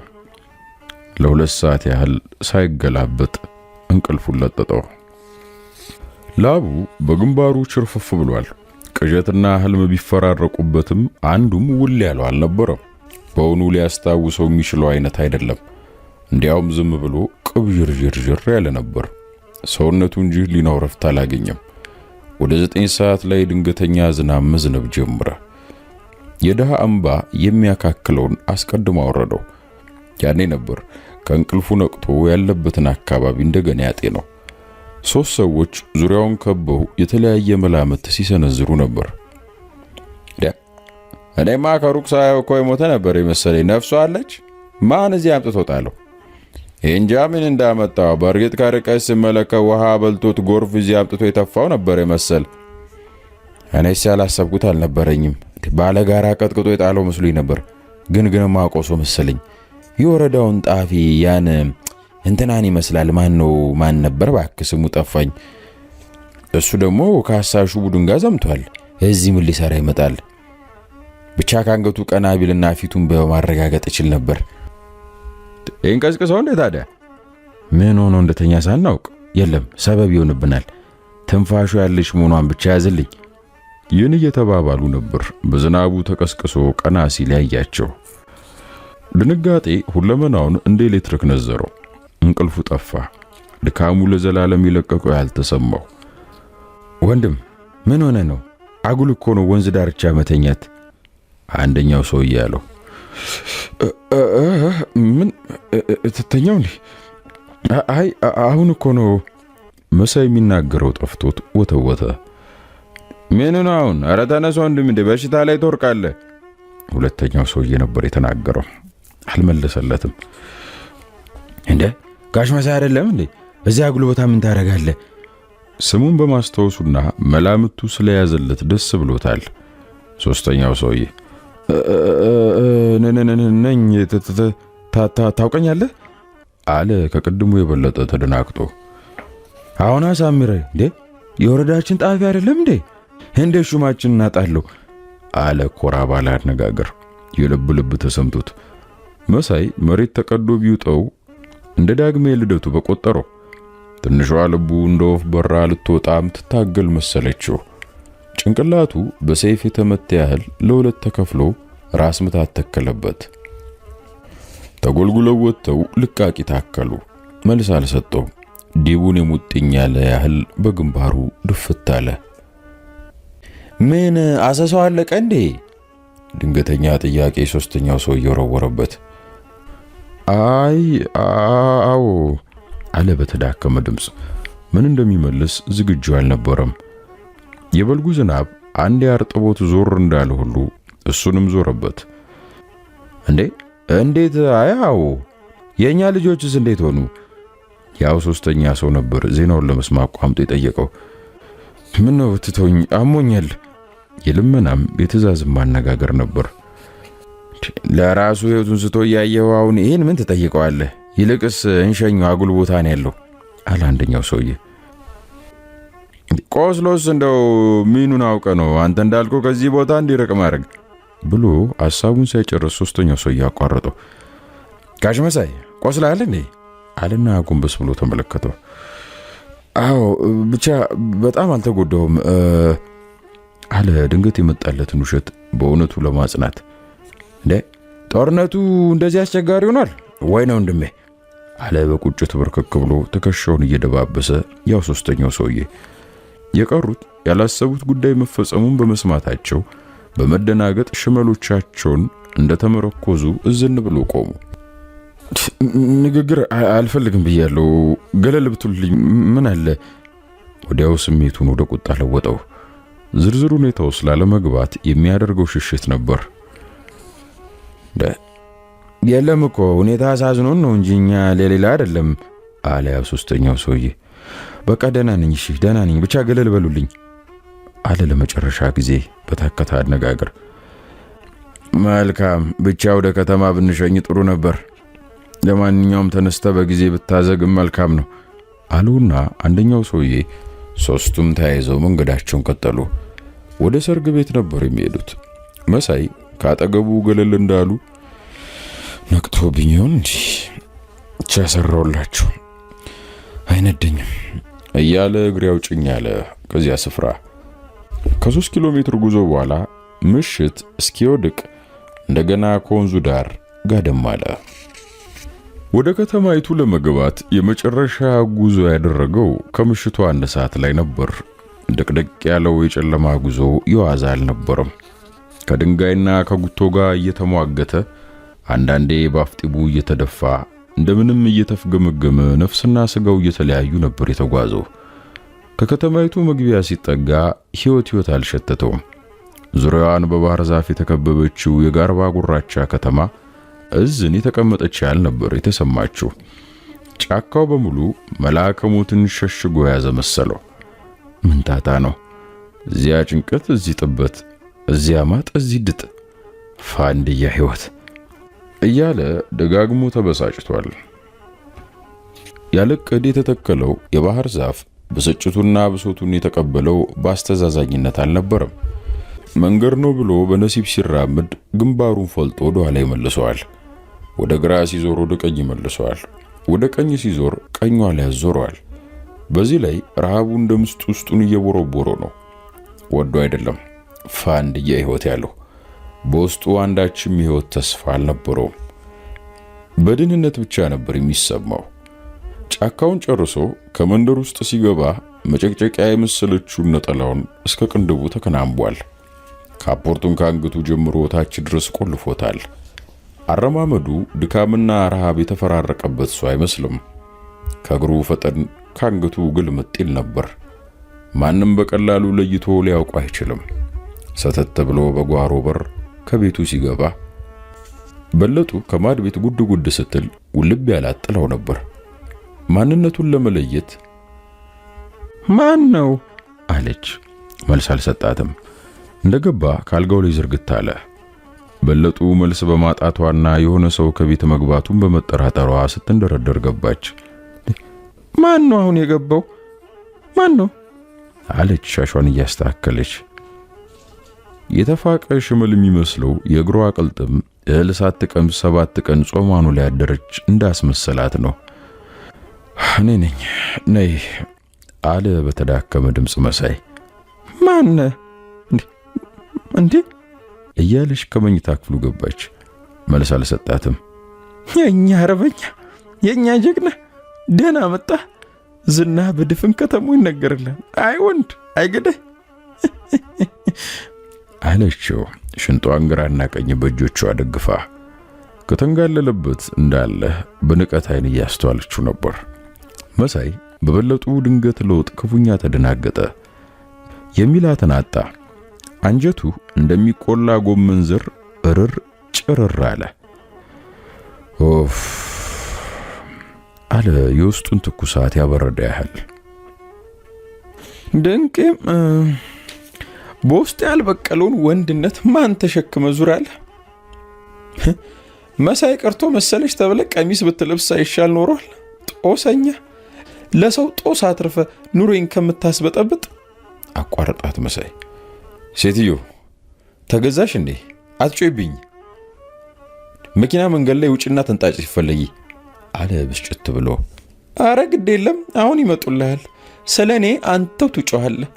አካካካ የሸዋ ፈራው ልጅ ደሞ ጦሱ አንሶኝ ይሰድበኛል ሴታውል አለችና እየተፈናጠረች ወደ ማድ ቤት ተመለሰች። የጋርባ ጉራቻ ከተማ ህዝብ በመሳይ ከአሳሹ ቡድን ማዕከል ጠፍቶ መኮብለል ብዙ ሲያወራ ከርሟል። ገሚሱ ሸፍቶች አፍነው ወስዶት ይሆናል ሲል፣ የቀረው ጠፍቶ ከቤቱ ተሸሽጓል ይል ነበር። በወረዳው አስተዳደር በኩል ግን ከጠፋበት ማለዳ ጀምሮ በከዳተኛነቱና በኮብላይነቱ እንደተጤነ ነበር የሰነበተው። ይህም በመሆኑ ወደ ከተማይቱ ነጭ ለባሾች ተልከው አደኑን አጣድፈውት ነበር ለ2 ቀናት። የነጭ ለባሹ ቡድን ሚስጥራዊ አሰሳውን በመሳይ ላይ ያካሄደው በተለያየ ዘዴ ነበር። ይኸውም 3 ሰዎች ያሉበት 3 ጓዶች አቋቁሞ አንደኛው ጓድ የበለጡን ቤት በአይነ ቁራኛ የሚጠብቅ ሆነ። ሁለተኛው ጓድ በከተማይቱ ጠላ፣ ጠጅ፣ አረቄና ቡና ቤት እየተዘዋወረ ስለ መሳይ በአካባቢው መታየት አለመታየት መረጃ የሚያጠያይቅ ሆኖ ተመደበ። ሶስተኛው ጓድ ደግሞ እያሰለሰ ወደ በለጡ ቤት እየሄደ መሳይ ወደዚህ ተልኮ መጥቶ ነበርና የአሳሽ ቡድኑን ቀለብ እንዲረከበን እንፈልገዋለን የሚል ማደናገሪያ ጥያቄ የሚያቀርብ ነበር። ሶስቶቹም የነጭ ለባሽ ጓዶች የሥራ ክፍፍላቸውን በ2 ቀናት ውስጥ በሚገባ አከናወኑ። ነገር ግን መሳይን አየነው የሚል መረጃ ጭራሽ ለማግኘት ስላልቻሉ በሁለተኛው ቀን ማታ ላይ ሌላ ዘዴ መጠቀም ግዴታቸው ነባቸው።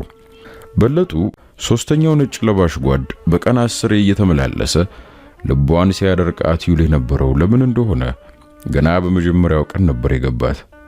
ምን ይዤ ልድረስ የሚለው የመንደሩ ወሬኛ ሁሉ የሁለተኛው ነጭ ለባሽ ጓድ የመጠጥ ቤት ወሬ እየወሰደ ሲያርበደብዳት ነበር ውሎ ያደረው።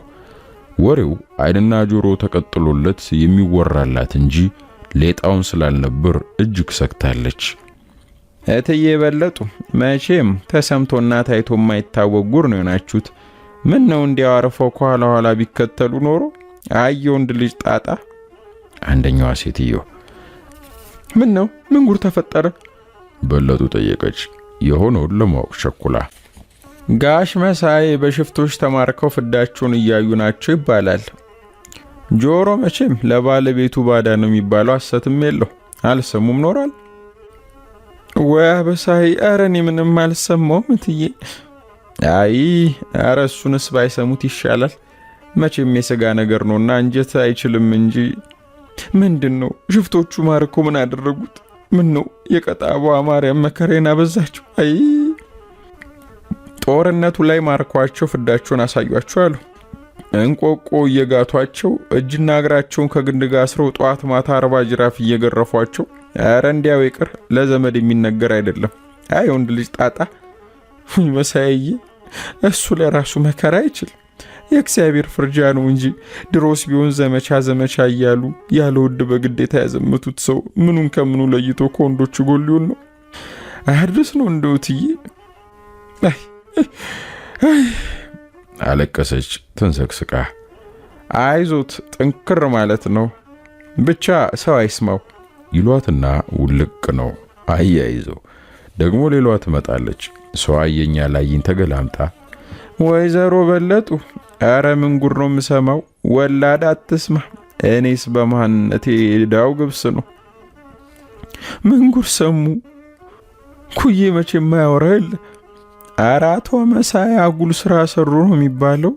ምን ነው እዚሁ ቢቀሩ ኖሮ የሀገር መሳቂያ መሳለቂያ ከመሆን ቅርትርት ቢባል ይሻል ነበር።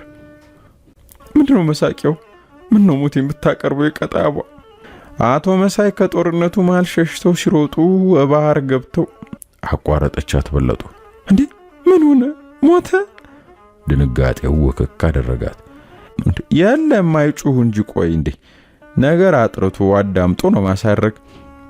እፎይ ተመስገን ጌቴ። እኔስ አቋረጠቻት ሴትዮዋ። ምን ይሞታሉ? እንደ ሞትማ መገላገል ነው፣ ዓለም ነው። የእናቴ ልጅ ደራሿ ከግንድና ካለት ጋር ያጋጭ ወስዶ ተፋቸው አሉ እንጂ ነፍሳቸውን አንድዬን ያተረፈው። ከዚያስ ምን ሆነ? ለውጤቱ ትጓጓለሽ በለጡ። ከዚያማ አሳሾች ደርሰው እንደ ሬሳ በገመድ እየጎተቱ ከጠላት ሬሳ ማል አጋደሟቸው። ባልወለደ አንጀታቸው እንደ ቅሪላ ረገጧቸው አሉ። ወይ ነዶ ወይ አጋር ማጣት። ከየት ሰሙት? ቆይ እርሶ? በሴትዮዋ ልቅ አነጋገር አልተደሰተችም በለጡ። ባለጌ አለቻት ቦዷ። ምን ድፍን ከተማው የሚያወራው ነው። መቼም ለእናንተ የሚነግር የልብ ወዳጅ የለም እንጂ ብቻ ወሬውን አለማራባት ነው። ከጠላት ጆሮ ከገባ መዘዙ ብዙ ነው። ይችኛዋም ውልቅ በመጣችበት መንገድ ሌላውም ሌላ አሰቃቂ ወሬዎች፣ አሉባልታዎች እያመጣ ሁለቱን ቀናት የህሊና እረፍት ነስቷታል። ያንዱም ወሬ ካንዱ አይገጥም። ሁሉም በያዘው ጫፍ ላይ ጆሮና ቀንድ እያበቀለ ነበር የሚያወራት። የነጭ ለባሹ ቡድን የመጀመሪያ እቅድ ፍሬ ቢስ ሲሆን የመረጠው ዘዴ ከሌላ ሴት የወለደውና በለጡ ያሳደገችው ልጅ በቁጥጥር ስር መዋል ነበር። በእቅዱም መሰረት ማምሻውን ልጁን ወስደው ከጣቢያ ቆይተውታል። በለጡ ባትወልደውም ያሳደገችው ውድ ልጇ በመሆኑ የድርጊት በመፈጸሙ በእናትነቱ ወግ ያልሆነችው አልነበረም። ማንነቷን የረሳችው በሱ ነበር። ከፖሊሶች እግር ስር እየተንከባለለች አልቅሳባቸዋለች። እማዬ እማዬ ሞትኩልሽ እያለ አንጀቷን ሲበላው እኔ አፈር ልሁንልህ፣ እኔ ልታሰርልህ እያለች አጸፋዋን በመሪር ሐዘን መልሳለታለች። ልጁ የታሰረበት ምክንያት አባቱ እጁን እንዲሰጥ መያዣ እንዲሆን ነበር። ነገር ግን በለጡ የመሳይን አይን ከዘመቻው ቀን ወዲህ ስላላየችው መሳይን ማቅረብ አልቻለችም ነበር። በዚህ ንግግር ላይ ያለች ነበር መሳይ ምሽቱን ወደ ቤት የመጣው። አሁን የደጅን ሰተ ልጁን አታስፈታውም? ምን ያጋድምሃል? አለችው የሚበላውን የሚጠጣውን ነገር እያስጠጋችለት። ወይኔ ልጄን አሰሩት አለ ረጅም እጁን ወደ ሳህኑ እያዘመተ። የልጁ መታሰር ክፉ መርዶ ቢሆንበትም ከተራበ ወስፋቱ ጣጣ የባሰበት አይመስልም። ተስገብግቦ በላ፣ የጥማቱን ያህልም ጠጣ። መንጋት አይቀርም። በእንቅልፍና በሐሳብ መካከል ሲዋለል ረጅሙ ሌሊት ነጋለት።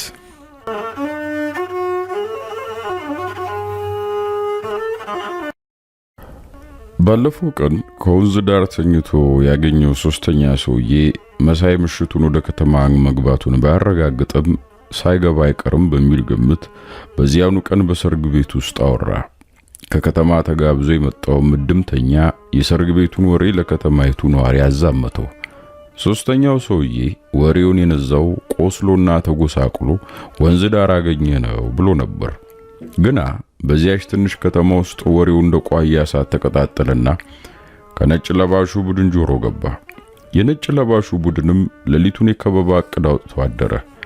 በማግስቱ በማለዳ የአብዮት ጥበቃ ጓዶቹንና ፖሊሶችን በበለጡ ቤት የፊትና የጓሮ በር በኩል አሰለፈ። ይህ ሁሉ ዝግጅት መሳይን ከነነፍሱ በቀላሉ ለመያዝ እንጂ የአደጋ ግምት ኖሯቸው አልነበረም። የነጭ ለባሹ ቡድን መሪ ጠመንጃውን እንዳነገተ በፊተኛው በር ተጠግቶ አንኳኳ። ማን ነው አለሽ በለጡ ሆድ ሲያውቅ ዶሮ ማታ እንዲሉ። እኛንን ክፈጅ አለ ሰላላ ድምጹን እንደምንም ጎርንና አድርጎ። እኮማ እንዴ አይከፈትም አለች ፍርሃት እንዳንጠረጠራት ሆና። እምቢታዋ እንኳ ለአመል ያህል እንጂ ካንጀቷ አልነበረም። ወይኔ ጉድ ወጣጣይ በሎሳስ ለራሷ አለች። ማነታችን ነው ያደርግልሻል፣ በሩን ክፈች፣ ከዛ ትደርሽበታለሽ። ቁጣ በተቀላቀለ ድምጽ ደጋግሞ አንኳኳ። ምን ነው በሌሊቱ ብዬ ነው እንጂ መክፈቱንማ ከፍታለሁ እየተንቀጠቀጠች የበሩን መቀርቀሪያ ግራና ቀኝ ከያዘው ቦንዳ ውስጥ አላቀቀችው። የፈራችው አልቀረላትም። አንገቷን ወደ በረንዳ አስግጋ ግራና ቀኟን ስታይ በተጠንቀቅ ጥግ ይዘው የቆሙትን የታጠቁ ኃይሎች ተመለከተች። አቶ መሳይ አለ አላት የቡድኑ መሪ አፈሙዙን የቅርብ ተኩስ ካስፈለገ ዝግጁ አድርጎ። አጣይቁ መሳይ በቤት ውስጥ በመኖሩ ላይ እርግጠኛ የሆነ ያህል ድምጸት ያለው ነው። አዎ ብቻ ልጅ ልቀቁልኝ፣ እሱን እንዳሻችሁ አድርጉት። መቼም ወንድ ልጅ በወንድ ልጅ አይጨክንም። ወንድማችሁ ነው፣ አብሯችሁ ያደገ ነው። ደስታና ሐዘናችሁን የተካፈለ ወንድማችሁ ነው። ብቻ ልጅ ልቀቁልኝ ስለ ወላዲተ አምላክ ስትል ተማጸነች እጆቿን ዘርግታ። የቡድኑ መሪ እየሰማ አልሰማትም። ከኋላው ጥግ ይዘው የሚጠባበቁትን ጓዶች ወደ ቤት ውስጥ እንዲገቡ በእጁ ምልክት ሰጣቸው። መሳይ ነገሩ ገብቶት ነፍስ ውጪ ነፍስ ግቢ ላይ ነበር። ከመኝታ ቤት ውስጥ እንዳለ ሲርበተበት ገብተው እጁን ያዙት። አጅበው ወደ ፖሊስ ጣቢያ ሲወስዱት በዝምታ ከመራመድ በቀር ምንም ቃል አልተነፈሰም። እነሱም እንደዛው።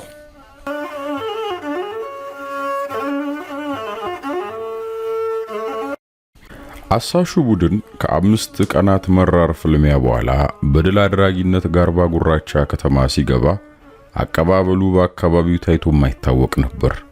የዶሮ፣ የጭሪ፣ የብርቲ፣ የስምቦ፣ የደይ፣ የቄሬንሳ፣ ያገሎ፣ የድብድቤ፣ የኮርጴቲ፣ የዱበና፣ የቄሲ ኪዳነ ምሕረትና ሌሎች ቀበሌ ገበሬ ማህበራት አባላት ሁሉ ፈረስ ያለው በፈረስ በቅሎ ያለው በበቅሎ የሌለው ደግሞ በእግሩ እየኳተነ ከአራቱም ማዕዘን ፈሰሰ።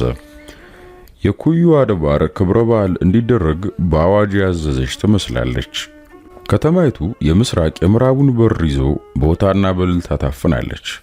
ሕዝቡ በዕድሜና በጾታው ጎራ ለይቶ የደስታ መግለጫ ስሜቱን ለአሳሹ ቡድን ይገልጻል። አንዳንዶች ደግሞ ሰላይ ዓይን ውስጥ እንዳይገቡ እየተጠነቀቁ የትናንት የፊት አውራሪ ማንነትና ትልቅ ሰውነት ድቅን እያለባቸው በሐዘን ከንፈራቸውን ይመጣሉ። ፊት አውራሪ ሙላቱ ከቀኝ እጃቸው ላይ ቆስለው በበቅሎ ላይ ተቀምጠው ከአሳሹ ቡድን ፊት ያዘግማሉ። በመርኮ የተያዙ ጥቂት ጀሌዎቻቸው ጥንድ ጥንድ ሆነው እጃቸው እንደተጠፈሩ አንገታቸውን ደፍተው ይጓዛሉ። ከከተማይቱ መግቢያ ሲደርሱ ግልብጥ ብሎ የወጣው ሕዝብ ዙሪያቸውን ከቦ ሲያላግጥና ሲያሽሟጥጥ በህልማቸው የሚያዩት እንጂ በሆናቸው አልመሰላቸውም። ሕዝቡ ከሳቸው ጋር በሐሳብ የሸፈተ አዲሱን ስርዓት የሚቃወም ደግ የነበሩለትን ያህል ሁለታቸውን አስታውሶ የሚያዝንላቸውና የሚያለቅስላቸው አድርገው ነበር የጠበቁት። ነገር ሁሉ የተገላቢጦሽ ሆኖባቸው በሳቸው ላይ ያለው ተቃውሞ የምር መሆኑ የገባቸው ግን ከግራና ቀኝ የሚሰነዘርባቸው ስድብና ግልምጫ ከገሌ ገሌ ሳይባል አይሎ ሲያገኙት ነበር። ምንም እንኳ የሚያዝኑላቸው ቢኖሩም በብዙሃኑ ተውጠዋልና የፊት አውራሪ ቅይምታ በሁሉም ላይ የግድ አርፏል። የኛ ሰራዊት ቋንጃ ሰባሪ ሙላቱ ብሎ ፊትን ወራሪ፣ የኛ ሰራዊት ቋንጃ ሰባሪ እጁን ያዘው ያን አድሃሪ ይሉ ነበር።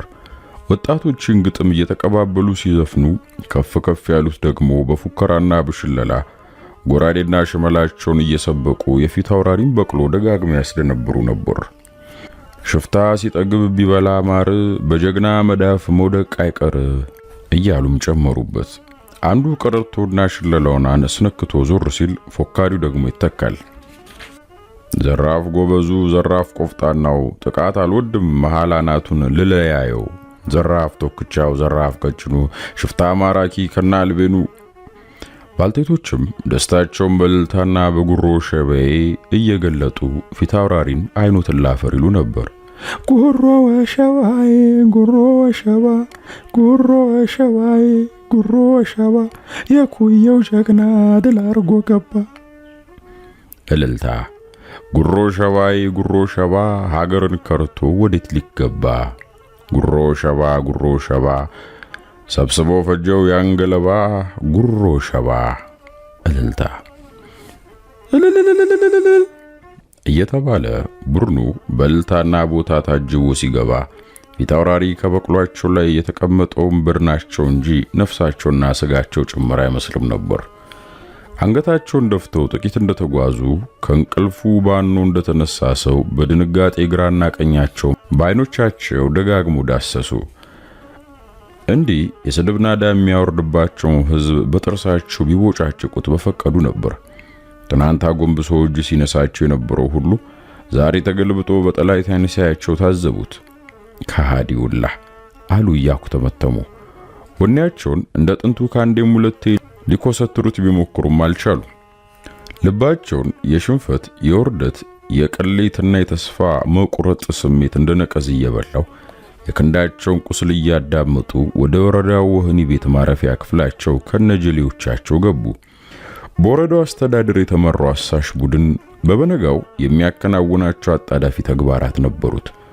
ሁኔታውን ለበላይ አካል በሪፖርት ማሳወቅ እንዲሁም በፊት አውራሪና ጀሌዎቻቸው ላይ ስለሚወሰዱ አብዮታዊ እርምጃ ከውሳኔው ላይ መድረስ ነበር።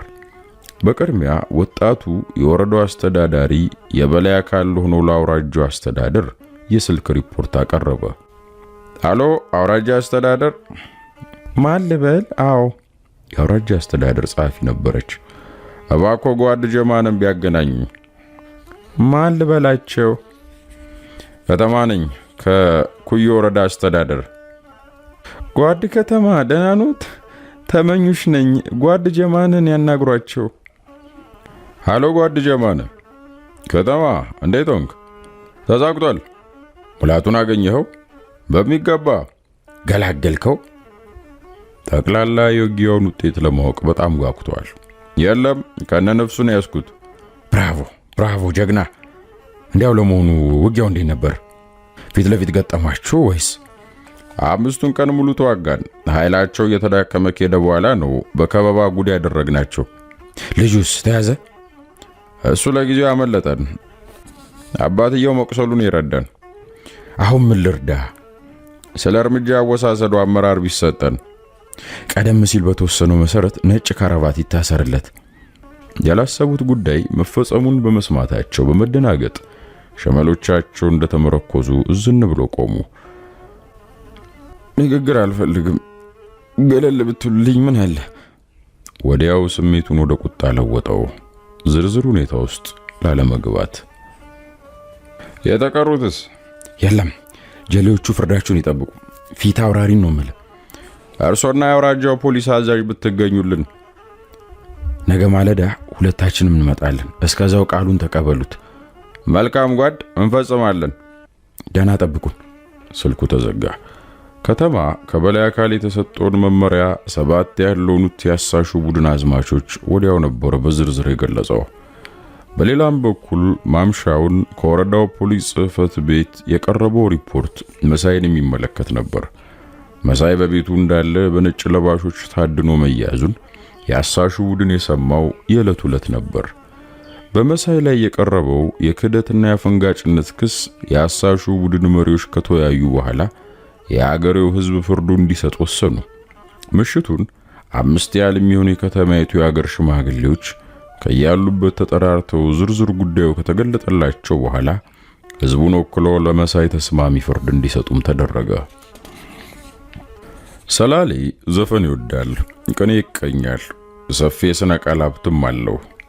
ዝናውን ሌሎችም አጥርተው ያውቁለታል።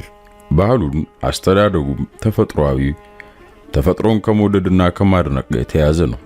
ደጋና ወይና ደጋ የአየር ጠባዩ ለዚህ አይነት ልዩ መለዮ አስተዋጽኦ ሳይኖረው እንዳልቀረ የሚገምቱ ብዙዎች ናቸው። በመስከረም ወራት ላይ ጨፌው፣ አረዳው፣ ደጁና ጓሩ ሁሉ አደይ አበባ ይለብሳል። የክረምቱ የአየር ጠባይ ወደ ብራው የሚለውጠው ነፋስ አበቦቹን እንደ ሽነት ይጫወትባቸዋል። አንዴ ወዲህ አንዴ ወዲያ እያባበለ ወስዶ ባሉበት እስክስታ ያስጨፍራቸዋል። የሰላሌ ሕዝብ የብሩህ ዘመን ተስፋውን በእነሱ ሕይወት እየመሰለ ጭፈራውን፣ ዘፈኑን፣ እንጉርጉሮን በአዲስ ዓመት በአዲስ ዜማ ይጀምራል። በዚህ ጠዋት የታየውም ትዕይንት ይህንን ይመስላል። የጋርባ ጉራቻ ነዋሪ ሕዝብ ጾታና ዕድሜ ሳይለይ በነቂስ ተጊጦ ወጥቷል። በየቀበሌው ጥብቅ ትዕዛዝ በመተላለፉ የወደደም ወዶ የጠላም ተገዶ መሰለፉ ግድ ነበር። ከየቀበሌው በጅር ሆኖ ከበሮ እየመታ በአውራጅ እየተመራ የተቀበለውን ዜማ አዝማች መልሶ እያስተጋባ ሆታውን እያቀለጠ ወደ ሐሙስ ገበያ ታደመ። የክት ልብሱን ያለበሰና እንደ አቅሙ ባለው ጌጣጌጥ ያልተንቆጠቆጠ አልነበረም። የከተማይቱ የአብዮት ጥበቃ ጓዶች ከባሻ ተሰማ ግቢ ጀምረው የግቢውን መናኸሪያ ከበው በተጠንቀቅ የቆሙት ከንጋቱ 12 ሰዓት ጀምረው ነበር። ሐሙስ ገበያ የወጣው የከተማና የገጠር ሕዝብ ከፊሉ ከልቡ ከፊሉ ደግሞ ወዳጅነትም ዝምድናም የነበረው ስለሆነ እጁ ቢያጨበጭብና አብሮ ቢዘፍንም የሁሉም ቀልብ አንድ አልነበረም።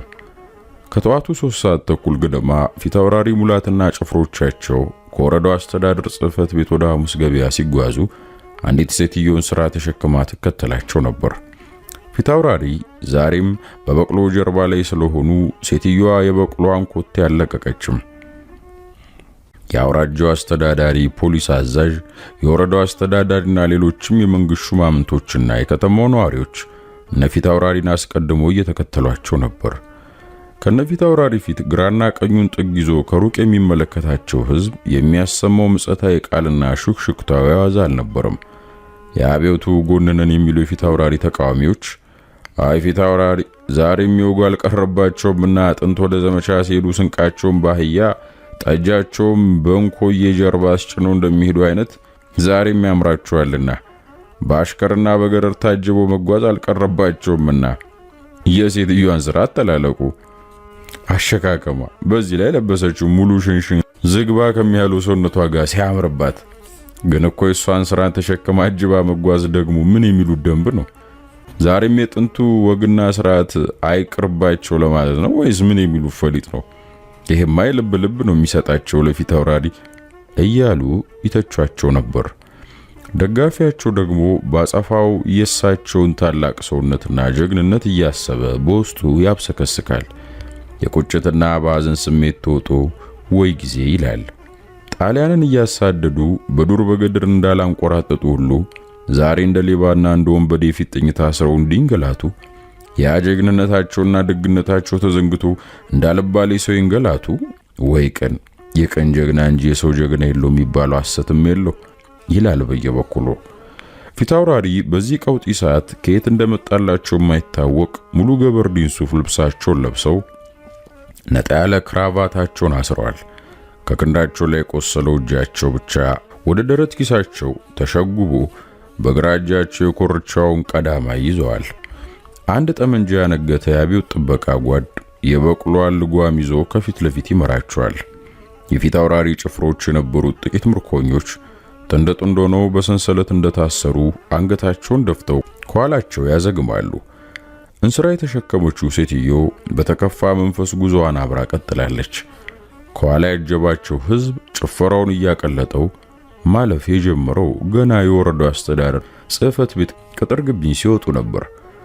ዋናው አውራ ጎዳና ይዘው በአባ አብደላ ሱቅ ፊት ለፊት ወደ ሐሙስ ገበያ የምትወስደውን ቀጭን ኮረኮንች መንገድ ሲያያዙ ባለንስሯ ሴትዮ ቀና ብላ ፊታውራሪን ለአንድ አፍታ በጭረፍታ ተመልክታቸው አንገቷን ደፋች። የዚያ ገበሬ ቤት ቅዠት ሳይውል ሳያድር ሆኖ የፊታውራሪ ጋሻ ጃግሬውኝ ሲከተል ነበር ያሳየኝ። ዋ የተገላቢጦሽ ባይሆን ኖሮ ይዞልኝ ነበር አለችና በሐሳቧ በረጅሙ ተነፈሰች። ከወርቁ ደበሌ ደጃፍ ሲደርሱ በዚያ ሁሉ ጭፈራና ድብልቅልቅ ውስጥ የአንድ ሕፃን ልጅ ጩኸት ጎልቶ ተሰማ። እንዴ አባዬ መሳዬ፣ ወይኔ አባቴ የምን እንስላ ነው የተሸከምከው? አውልዶ አባዬ፣ ሰዎች ይስቁባል አባዬ፣ ቀሚሱን ማውልቅ እያለ አካባቢን አሸበረው። ብዙም ሳይቆይ አንዲት ሴትዮ አፉን በነጠላ አፍና ወደ አንድ ቤት ውስጥ አስገባችው። የመሳይ ባለቤት በለጡ ነበረች። ተው ጌቴ፣ ተው እባክህ፣ ተው አታልቅስ እያለች ከራሷ አምባ ጋር እየታገለች አባበለችው። መሳይ በአገር ሽማግሌነታቸው የታወቁ አዛውንቶች በወረዳው ጽሕፈት ቤት ተሰብስበው የወሰኑበትን ፍርድ መቀበል መጀመሩ ነበር። የአገር ሽማግሌዎች በአንድ የተጨበጠ የፍርድ ሐሳብ ላይ ለመድረስ በዚያን ምሽት ሲከራከሩ ከፍተኛ የፍርድ አስተያየት ውጣ ውረድ ውስጥ ገብተው ነበር። ኩዩ እንዲህ አለውን አሰዳቢ አብቂላ አታውቂም፣ ይሄ አቦቴ ነው አባል እንጂ እሱ ነበር ደማቸው ፈልቶ የተናገሩት። ሲናገሩ ቁጣ ይቀናቸዋል። ሁሌም በአማርኛቸው ሌሎችን ሳያስቀው አያልፉም። ኧረ እንዲያው በእድሜያችን እንዲህ ያለውን ጉድ ሰምተን አይተንም አናውቅ። ወንድ ልጅ በዋለበት ጦር ሜዳ ጀግንነቱን ፈጽሞ ግዳይ ጥሎ ሲገባ ነው የምናውቀው። ይሄ እንዲያው የሆን ዳልጫ ነው እንጂ የድዩ ጊዮርጊስ ሲመስክርብኝ 40 ጅራፍ ተገርፎ ቀሚስ መልበስ አለበት በአደባባይ። ባሻ ተሰማ ነበሩ። የደስደስ ያላቸው አረጋዊ አዛውንት ሲናገሩ እጃቸውም ትከሻቸውም እግራቸውም አብሮ ይነዝራል እንደ ጣሊያኖች። ድሮስ ቢሆን ሴት አውል ነው አንዷ ቤት ጥቁር ጨርቅ እያሸተተ ሲያውደልድል ይኖረ። እናንተም እሱን ሰው ብላችሁ ማዝመታችሁ ስንት ጀግኖች ያፈራች ሀገር ይህን በቀበቅ ታብቅል። ወላዲተ አምላክ ትመስክርብኝ ይሄን ገበያ ማል መስቀል ነው። ግራዝማች አንዳርጌ ቢሰወር የቀድሞ ዳኛ የዛሬው ጡረተኛ ሲናገሩ አንደበተ ርቱዕ ናቸው። እኔ የሚለው ደሞ ለአፋር ምን ማጨነቅ ማጣበብ ያስፈልጋል? ለራሱ ዱዓ ነው። ናፍስ ይማር ብለው ጨርሶ የለም ተማሮቹ። ወይ መግደል ወይ ከሀገር ማጥፋት ነው። እኔ እንደዚህ አስባል አባ ቡልቶ ነበሩ። አገሬው እንደ አድራጊ ፈጣሪ የሚያያቸው ልብ ብሎ ላላደመጣቸው አማርኛቸው የማይጨበጥ። ሁላችሁም መልካም ብላችኋል። ባለየን ካሳደገ የገደለ ይጸድቃል ይሉ አልነበር አባቶቻችን? ብቻ ለእንደዚህ አይነቱ ወስላታ የቁሞት እንጂ የዘላለም ረፍት መቀጫ አይሆንም። ባሻ እንዳሉት 40 ተገርፎ ለፈሪነቱ ምስክር እንዲሆን አተላ በእንስራ አሸክሞ በገበያ ማል ካዞሩ በኋላ ከሀገር ማባረር ነው። ከዚህ በኋላ መሳይን ያየ ተቀጣ ነው ሀገር የሚለው። ለባለጌ መድኃኒቱ ይሄው ነው። መድኃኔ ዓለምን ይሄ ገንዘብም ባይሆን። ቀድሞ የታወቁ ሲራራ ነጋዴ ነበሩት ነጋድራሽ ጎሹ ነበሩ። የፍርድ አስተያየታቸውን የሰጡት ልክ ነው ትክክል የሚለው የቀሩ ሽማግሌዎች ድጋፍ ለነጋድራሽ ጎሹ አስተያየት ተሰጠ።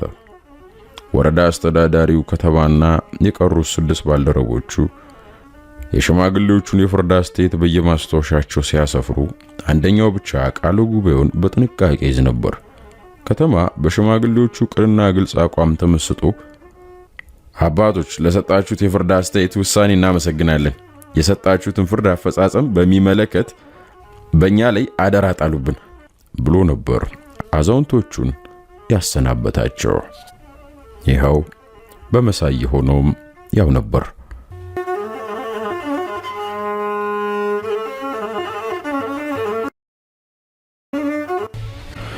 ወደ ሐሙስ ገበያ መዳረሻ እንደተጠጉ ፊታውራሪ ተስፋ በቆረጠ ስሜት ለመጨረሻ ጊዜ ፊታቸውን ለግራና ለቀኙ እንደማሳየት እያሉ መልሰው እንደ ናሴ መዓልት ጭፍግግ ሲሉ የህዝቡ ምላሽ ሌላ ነበር።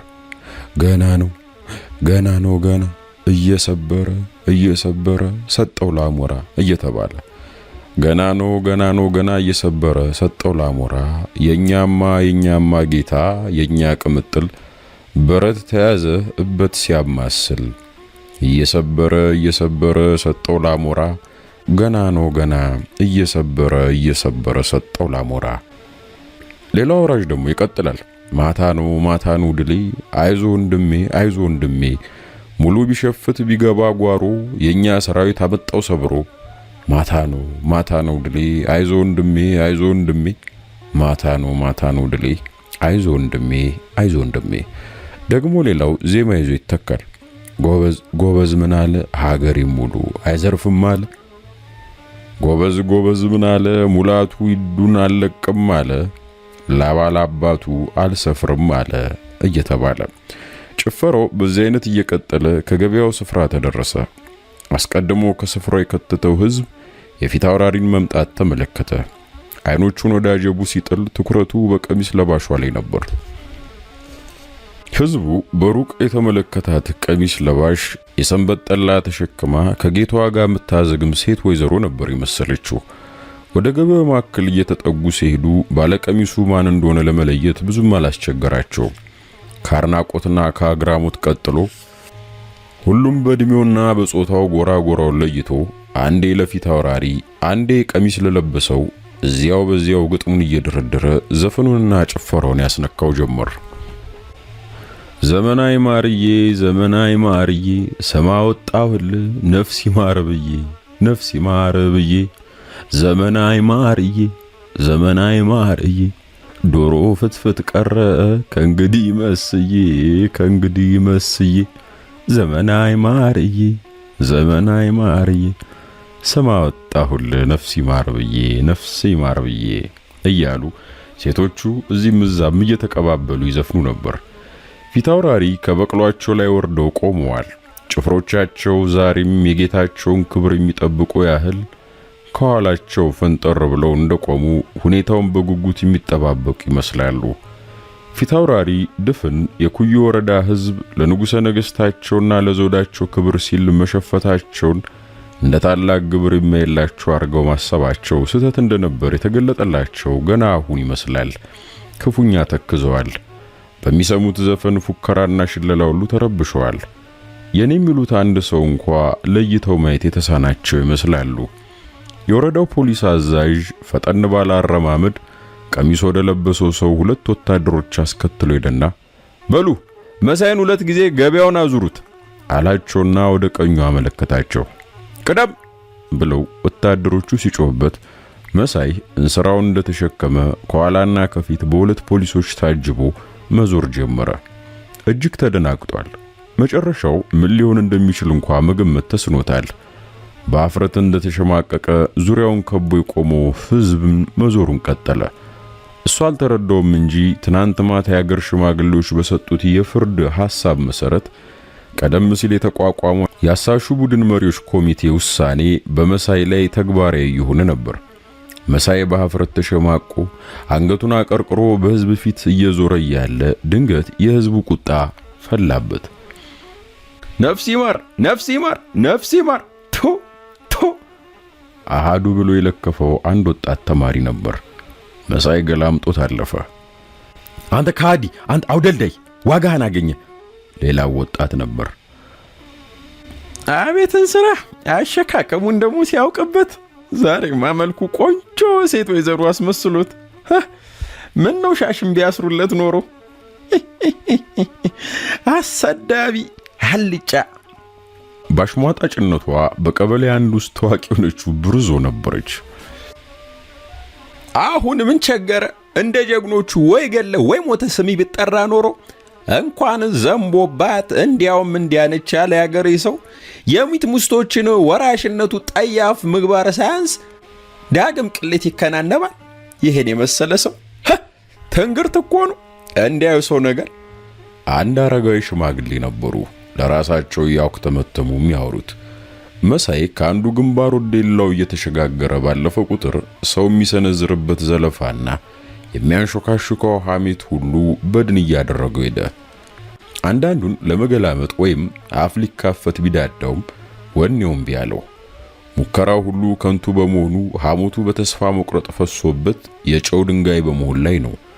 መሳይ በስተ ምስራቅ በኩል ያለውን ሕዝብ ዞሮ በስተ ሰሜን ወዳለው ሲሻገር አባዬ ወኔ አባቴን ሲል ድምፁን አሰማ ልጁ። መሳይ የልጁ የጌታቸውን ድምፅ ሲሰማ አላስቻለውም። እንባውን በግራና ቀኝ ጉንጮቹ ላይ ኩልል አደረገው። ያ ለርግማና ለስድብ ምላሱን አሹሎ ከፊቱ ይጠባበቅ የነበረው ሰው ሁሉ የከንፈር ለቅሶን አሰማ። እዚህም እዚያም ብቻ ሆነ። መሳይ እንባውን እያፈሰሰ ካለበት ተገትሮ ቀረ። ከኋላ ያጀበው ፖሊስ ሄድ እንጂ አለና ከትከሻው ገፋ አደረገው። ወይኔ መሳይ፣ ወይኔ ገላይ፣ ወይ አከላቴ፣ እኔ መች እንዲመሰለኝ አረው የመንግስት ያለ ወይኔ መስዬ፣ እኔ ልሰቃይል፣ እኔ ቀሚስ ልልበስል፣ እኔ ልዋረድል፣ እኔ አተላልሽ ከመለይ አረው በለጡ ነበረች። ጌታቸውን ስታባብል ላፍታ ቆይታ ሲገነፍልባት የጮችው ምን አሁን ትጫዋለች? አስቀድማት መክረውም ነበር። ድንቄም ሚስት መኮኑ ነው ወጉ አልቀረባትም እቴ ባልተገኘና አንዲት ዘመናዊ ነኝ የምትል ሴት አዳሪ ነበረች። እድገቷ እዚያ ባይሆንም ትውልዳ እንኳ ኩዩ ነበር። ማንም አስተያየቷን ሰምቶ ያውንታ ወይም ያሉታ መልስ የሰጣት አልነበረም። መሳይ መሬት እያየ እንባውን እያዘራ መንገዱን ከመቀጠል ሌላ አንዳችም የተነፈሰው ቃል አልነበረም። ምን ነው ቢደፉት ኖሮ እንደው ይሄን ሁሉ ስቃይ ከሚያይ እውነት። አንድ አይናው ዋኬኔ ነበር። በተረፈችው አንድ አይኗ ጭንቁሮ እያየ ተናገረው። ሞት ቢፈልጉት መች ይመጣል? እሱም እኮ አዱኛ ነው፣ ቀን አይቶ የሚሸሽ የሚጠጋ። አጠገቡ የቆመ አንድ ጠጉረ ልውጥ ሰው እየመለሰ ወይድ ባክ የሞት አዱኛነት አይታየኝም። እነዚያ ከበውት ነበር የተባሉ ጅቦች በቦጫጨቁት ኖሮ ይሻለው ነበር ዳ ሲል ምላሽ ሰጠው አኬኔ። ሲሸሽ ጅብ ከቦ ሊበላው እንደነበር የሰማው ኖሬ ማንሳቱ ነበር። ስነግርህ አትሙት ያለው ነፍስ እንደ ዳንኤል ከአንበሳ ጉድጓድ ይተፋል። የእነዚያ ሙታን ባሎች ነፍሳት ይህን አበሳ በቁሙ እንዲያሳዩት ፈጣሪ ያዞበት ነው እንጂ። ሰውየው ፍርጥም ብሎ መለሰ። ዋኬኔ መልስ አልሰጠው። ናቅ አደረጎና ሰምቶ እንዳልሰማ መልሶ አሳለፈው። መሳይ አልፏቸው ሄዶ ወደ ነበረበት ስፍራ ለመመለስ ወደ ግራው ሲታጠፍ አንድ የገጠር ጎረምሳ የጠገበ ሽመሉን ሲሰነዝርና ዋኬኔ ሲያዩት አንድ ሆነ።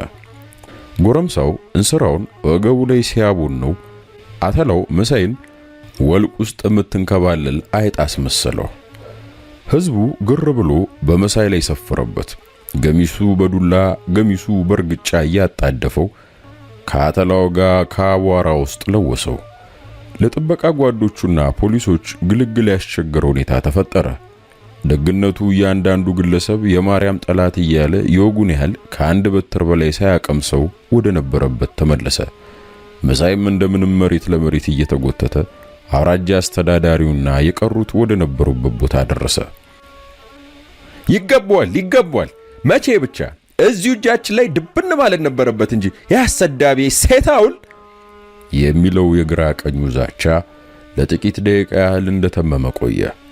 ሁኔታው ሲረጋጋ የወረዳው አስተዳዳሪ ከተማ በድምጽ ማጉያ ለህዝቡ መግለጫ መስጠት ጀመሩ። የተከበራችሁ አባቶች፣ እናቶችና ወንድሞች፣ እህቶች በዛሬው ዕለት የሰፊው ህዝብ አብዮትን የከዱ የሰፊውን ህዝብ ህይወት፣ ንብረት፣ ትዳርና ሰላም ያጠፉና ያናጉ ጸረ ህዝቦች በፊታችሁ ፍርዳቸውን ያገኛሉ። ጭብጨባው ዙሪያውን አስተጋባ። የፊት አውራሪ አይን ከሁሉ ነገር ለይቶ ከገበያው ስፍራ ማዕከል የቆመውን ባለ ሁለት ምሰሶና ባለ አንድ ማዕዘን እንጨት ይመለከታል። ማዕዘኑ ላይ ተሸምቅቆ የተሰቀለው ነጭ የቃጫ ገመድ በትዝብትና በንቀት አይን እየተመለከቱ ከራሳቸው ጋር ይነጋገራሉ። እኔ ሙላቱ ሶላቶንና ባንዳን ዱር ለዱር ጫካ ለጫካ ያሳደርኩ እንዳልጣልኩና እንዳላንበረከኩሉ ዛሬ እንደ ሌባ የቃጫ ገመድ ራት ልሆን በተከበርኩበት በታፈርኩበት ህዝብ ፊት ልዋረድ ነው። ይህ ሰው በረት ሰብሮ ባለቤቴን ገሎ አገር ሲያምስ ኖሮ እጄ ላይ ወድቆ እዚያ ገበያ መሃል በገመድ እንዳንጠለጠልኩት ሌባ እንደ ኢቲቻ ሽንቴ ሊያመልጠኝ እያዩ ሊያፌዙብኝ ሊቀልዱብኝ ወይ ነዶ ወይ የቀን ጎዶሎ እያሉ በእጅጉ ተቆጩ። ጭፍሮቻቸው በያሉበት እንደ ሎጥ ሚስት ተገትረው የቀሩት እንደመጡ በቆሙበት ስፍራ ናቸው። አንገታቸው እንኳን ቀድሞ ካዘመመበት አቅጣጫ አልቀናም። ምንም ነገር በአካባቢው ቢፈጠርና ቢደረግ ሁኔታውን ለማጣጣም ንቅንቅ እንዳይሉ የታዘዙ ይመስላሉ። የወረዳ አስተዳዳሪው ከተማ ንግግሩን ቀጥሏል። ዛሬ ከሰፊው ህዝብ መዳፍ የሚያመልጥ አንዳች ጸረ ህዝብ ኃይል የለም። ፊት አውራሪና ግብረ አበሮቻቸው በኩዩ ወረዳ ውስጥ በተለያዩ ስፍራዎች እየተዘዋወሩ ላለፉት ጥቂት ዓመታት የፈጸሙትን ወንብድና ሁላችሁም ታውቁታላችሁ። በአንድ በኩል ሰፊው ህዝብ የመጣለትን አብዮት እንደመጣበት አስመስለው ጸረ ህዝብ ፕሮፓጋንዳቸውን ሲነዙ፣ በሌላ በኩል ሲዘርፉና ሲገድሉ ቆይተዋል። አብዮታችን እንደነዚህ ያሉትን ጸረ ህዝቦች የገቡበት ገብቶ የመጨረሻ ዋጋቸውን ይከፍላቸዋል። ጭብጨባው አሁንም ዙሪያውን አስተጋባ። የፊት አውራሪ አይን ከተተከለው ምሰሶ የማዕዘን እንጨት ላይና ከተንጠለጠለው ገመር ላይ እንደተፋጠጠ ነው። ወይኔ ሙላቱ፣ ወይኔ ተኩቸው፣ አሁን አንቺ ነሽ የኔን ትንፋሽ የምትዘጊው አንቺ። ወይኔ ሙላቱ፣ እኔስ የሌባና የሙክት እግር ነበር የምጠፍርብሽ፣ አልገራ ያለ በቅሎ ነበር የምሰነክልብሽ። ኳንቺ ነሽ የኔን አንገት የምትጠልፊ። ወይኔ ሙላቱ፣ አንገቴ ባንቺ ይደፈር። ሙሽ አልኩሽ፣ እንዲያው ሙሽ ቀልድ ነው፣ ፌዝ ነው፣ እኔን ማንጠልጠልሽ ይላሉ። በስሜታቸው ሸፍተው ከአካባቢው ኮብልለው ከሐሳባቸው ሲመለሱና የህዝቡ ጭብጨባ ሲቀበላቸው ሁሉም ነገር ድንግርግር እያለባቸው አምርረው ይቆጫሉ። ኩዩ ከዳይ ማለት ነው እያሉ የሚያዩትን ሁሉ ማመን የተቸገረው ያህል ከራሳቸው ጋር በግርታ ተፋጠዋል። ከተማም ንግግሩን ቀጥሏል። ስለዚህ አባቶች፣ እናቶች፣ ወንድምናቶች በፊታችሁ ቀርበው ከምታያቸው ጸረ ህዝቦች መካከል ቀንደኞቹ የጉልታዊ ስርዓት ያዞም ባልቃሾች ፊታውራሪ ሙላቱና መሳይ አንዳርጌ የተወሰነባቸውን ህዝባዊ ቅጣት አሁን ከፊታችሁ እንዲያገኙ ይደረጋል። የቀሩት ደግሞ ወደፊት እንደ ወንጀላቸው ክብደትና ቅለት እየታየ ተገቢውን ፍርድ ያገኛሉ። ጭብጨባው እንደ ቅድሞ አልነበረም። ህዝቡ የሚፈጸምባቸውን ቅጣት ለመስማትም ሆነ ለማየት ልቡ ተንጠልጥሏል። መሳይ ሌላ ቅጣት ከፊቱ እንደሚጠብቀው ሲረዳ ብርክ ያዘው። ከበስተግራ ያሉትን ፊታውራሪ ሙላቱን ደጋግሞ አስተዋለ። ነፍሱ የለመደችው ጭንቀትና ጥበት እንደ ወጋት ቀስፎ ያዛት። ከእግር እስከ ራሱ የለወሰው አተላና አቧራ ከማጥ ውስጥ የወጣች አይጥ እንዳስመስሎ ነው። ብቻውን በዚያ በጠራራ ፀሐይ ብርድ እንዳንጠረጠረው ሰው ይንዘፈዘፋል። በሐሳቡ የሚያመላልሰው አንዳችም ውል ያለው ነገር የለም። በጭንቅ ጊዜ የሚያስቡት እንደሚጠፋ ሁሉ ደመነፍሱን ቆሞ የሌሎችን ፍቃድ ለመፈጸም የተዘጋጀ ጃንጆ በግ መስሏል።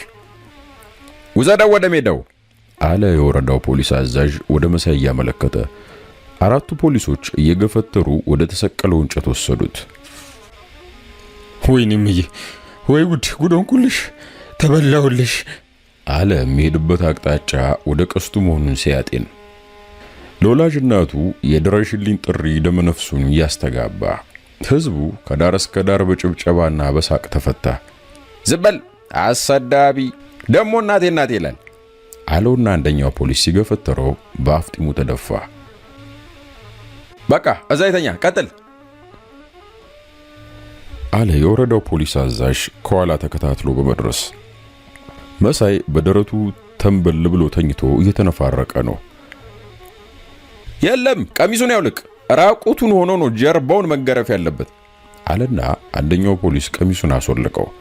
ከዚያም ከውስጥ የለበሰውን ካኔቴራ አስደገመና በውስጥ ቁምጣው ብቻ አስቀሩ። ግርፋት የተፈረደበትን ሌባ በመግረፍ ሞት የተፈረደበትን ነፍሰ ገዳይ በገበያ ማዕከል በመስቀል የታወቀው የነጭ ለባሹ ሻምበል ጀቤሳ ረጅም የጠፍር ጅራፉን እየሳበ ተጠጋ። ሁለት ረዳቶቹን የሲባጎ ገመድ እንዲያዙ ተከትለውታል። የጀቤሳ አለባበስ የራሱ ወግ አለው። ከላይ እጀ ጉርዳ ቡጀዴ እጀ ጠባብ ለብሶ ከታች ባለውሻ ካኪ ቁምጣ የታጠቀ ሲሆን የተጫማው ባራባሶ ነው። ዞር በል አለ ገና እንደደረሰ።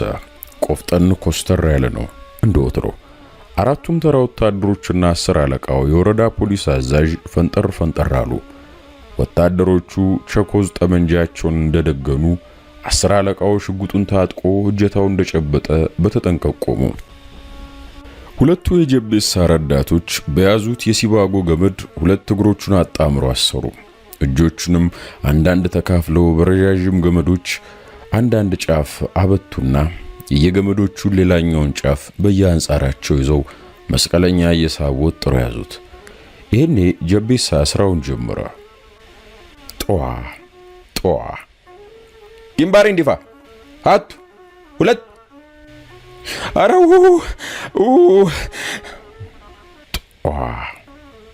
ጧ የዘመድ ያለ የወገን ያለ ጧ በለጡ ልኬን ድምጽ ስትሰማ ጌታቸውን ይዛ ከአካባቢው ተሰወረች። ያው ነግርቻለሁ፣ አይኒ እንዳይጠፋ ያው ነግርቻለሁ። ጧ ግንባሪ ወደ ላፋ ዘምንዴ ኧረ በወንድ ልጅ አምላክ በተሰቀለው ጌታ ኧረ ጧ አንተ ታቀለው አንድ ደሞ ብትሳቅሎ አንተ ማን ይሰቅላል ማጋጃ ጧ ተኛ ዚምባልና ሰውዬ 12 ህዝቡ ገሚሱ ሲስቅ ገሚሱ ደግሞ የቅጣቱን ክብደትና የመሳይን ስቃይ እያሰበ አንዳች ነገር እንደደበተው ያክል ባለበት ክችች ብሏል። ፊታውራሪ ነገር ዓለሙ ሁሉ ውሉ ጠፍቶባቸው እግር እንዳላቸው የሚገረፈውን የመሳይን ጀርባ አሻግረው እያዩ በቁጭት ጥርሳቸውን ያንቀራጭጫሉ። ግፍ ነው ግፍ ይላሉ በለውሳስ። ኧረ በቃኝ፣ ኧረ ተቃጠልኩ፣ ኧረ ሞትኩኝ፣ ተቃጠልኩ። ጧ ሜን በቃ ይልቅ አትፈራገጥ አያ። መሳይን የከበቡት ወታደሮች በጀቤሳ አነጋገር ሳቅ አሸንፏቸው እንዳያመልጣቸው እየታገሉ ጠመንጃቸውን አፈሙዝ ተከትለው መሬት ለመሬት እያዩ ነው።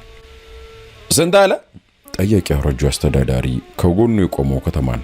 20 በቃ በሎ አለ ያውራጁ አስተዳዳሪ ከተማም በቃ በሎ ሲል ጮክ ብሎ ትእዛዙን ለ10 አለቃው አስተጋባ።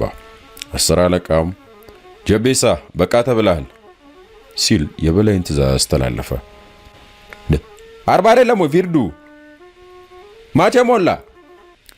ጅራፉን ሊሰነዝር አየር ላይ እንዳወጣው ነበር ገርሞት 10 አለቃውን የጠየቀው። የመግረፍ ሱስ ያለበት ይመስላል። ገና ጥሙ አራካለትም ነበር። ትእዛዝ ነው በቃ አለና ፈጥኖ ወደ አውራጃ አስተዳዳሪ ሄዶ ወታደራዊ ሰላምታ ሰጠ። 10 አለቃው ምን በቁሙ የሞተ ሰው ነው በነፍሱ ባይሞትም አለና ግራና ቀኝ ያሉትን ባይኖቹ ቃኘ። 10 አለቃ ወደ ክሊኒክ ተወስዶ ሕክምና ይደረግለት በማለት የአውራጃው አስተዳደር ትእዛዝ ሰጠ። 10 አለቃም በበኩሉ ለወታደሮቹ ትእዛዝ ሰጥቶ ወደ ኋላው ሲመለስ ደግ ጊዜ ነው አቁስሎ ማከም የመጣበት አለ በሐሳቡ። ድሮ እሱ ሲያውቅ አንድ ሌባ ተገርፎ ከነቁስሉ ነበር ከገበያ መሃል የሚባረረው ወይም ወደ እስር ቤት የሚወሰደው። እናም ትእዛዙ በእንግዳነቱ ደንቆታል። 10 አለቃ በማናቸውም ንግግር ውስጥ አባባሌ የሚል ቃልን መጠቀም የሚያዘወትር በመሆኑ የከተማው ሕዝብ 10 አለቃ አባባሌ እያለ ሊጠራው ፈቅዷል። ያቺ ሚስቱን ፈልጓት አለ 10 አለቃ ወሳንሳ አቅርበው ሊሸከሙት ሲዘጋጁ። በለጡ ወይዘሮ በለጡ ነይ ወደዚህ አለ አንድ የአብዮት ጥበቃ ሊቀመንበር በያዘው ድምፅ ማጉያ እየተጣራ። በለጡ በአካባቢው አልነበረችም። ይህን ክፉ ቅጣት ላለማየት ጌታቸውን አንጠልጥላ እንዳበደች ሴት እየከነፈች እንደሄደች አልተመለሰችም እና 10 አለቃ በለጡ በአካባቢው አለመኖሯን ሲያረጋግጡ መሳይን ወደ ክሊኒክ ወሰዱት። በለጡን የፈለጓት ልብስ ቢጤ እንድታቀርብለት ሊያዟት ነበር። አልሆነም። መኪናውን አዙርና ከእንጨቱ አስተካክላቁም አለ ከተማ ኮስተር ባለ ትእዛዝ ድምጸት። የወረዳው አስተዳደር ላንድ ሮቨር መኪና ሹፌር ትእዛዙን ተቀብሎ ሲፈጽም ጊዜ አልፈጀበትም። የመኪናው ሞተር እንደተነሳ ፊታውራሪ አንዴ ሰማዩን፣ አንዴ ምድሩን፣ አንዴ ዙሪያውን የከበባቸውን ሕዝብም በምጸት አመለካከት በየተራቃኙት። ሕዝቡ ትንፋሹ የጠፋ ይመስል ጸጥ ብሏል። ያውሉ ትርምስ፣ ጫጫታና ሹክሹክታ የለም። ውሰደው አለ ከተማ ከቆመበት ሳይንቀሳቀስ በአመልካች ጣቱ ወደ ፊታውራሪ ያመለከተ። አሁንም ትእዛዙ ለ10 አለቃ አባባሌ ነበር። ይቅደሙ አለ 10 አለቃ በትህትና እንዲያጅቧቸው ወታደሮቹን ባይኑ ጥቅሻ እያዘዘ። ፊታውራሪ ዝግባ በሚያህል ቁመናቸው ድብኝት የሚያክል ሆዳቸውን አጎችቸው ከትከሻቸው ላይ ቆሰለ ቀኝ እጃቸውን ከደረታቸው ላይ ጣል አድርገዋል። ድንጋጤያቸው በጨው ውሃ የታሸገ ላስ መስሏቸዋል።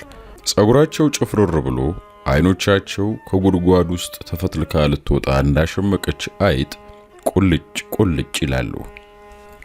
ግና ያ የሞጃ አካሄዳቸውና ግርማ ሞገሳቸው አሁንም አልተለያቸውም። ጎምለል እያሉ ወደ ተቀሰተው እንጨት አመሩ። ከመኪናው አጠገብ ሲደርሱ ይቆሙ እዚህ ጋር አላቸው 10 አለቃ። የወረዳው አስተዳዳሪ በጋርባ ጉራቻ ከተማ ውስጥ በአበነፍስነታቸው የታወቁትን አባ ውንውኑንና አንድ የፍርድ ቤት ጸሐፊ አስከትሎ ወደ ፊታውራሪ ዘንድ ቀረበ። የኑዛዜ ቃል ካሎት ሊናገሩ ይችላሉ አለ የወረዳው አስተዳዳሪ ከተማ ረጋ ባለ አነጋገር። ለመጀመሪያ ጊዜ አንቱ ተወናክሎላቸው በስመ አብ ወወልድ ወመንፈስ ቅዱስ እያሉ አባ ውንውኑ በአራቱም ማዕዘን እየተዘዋወሩ በመስቀላቸው አየሩን ባረኩት። የወትሮ በርኖሳቸውን እንደለበሱ በሕይወታቸው ሙሉ ጫማ አድርገው ታይተው አይታወቁም። ዛሬም እንደዚያው ናቸው። የፍርድ ቤቱ ጸሐፊ ከመኪናው አፍንጫ ላይ ያዘውን ሰፊ መዝገብ አስደግፎ ቀንና ዓመተ ምሕረቱን ጻፈ።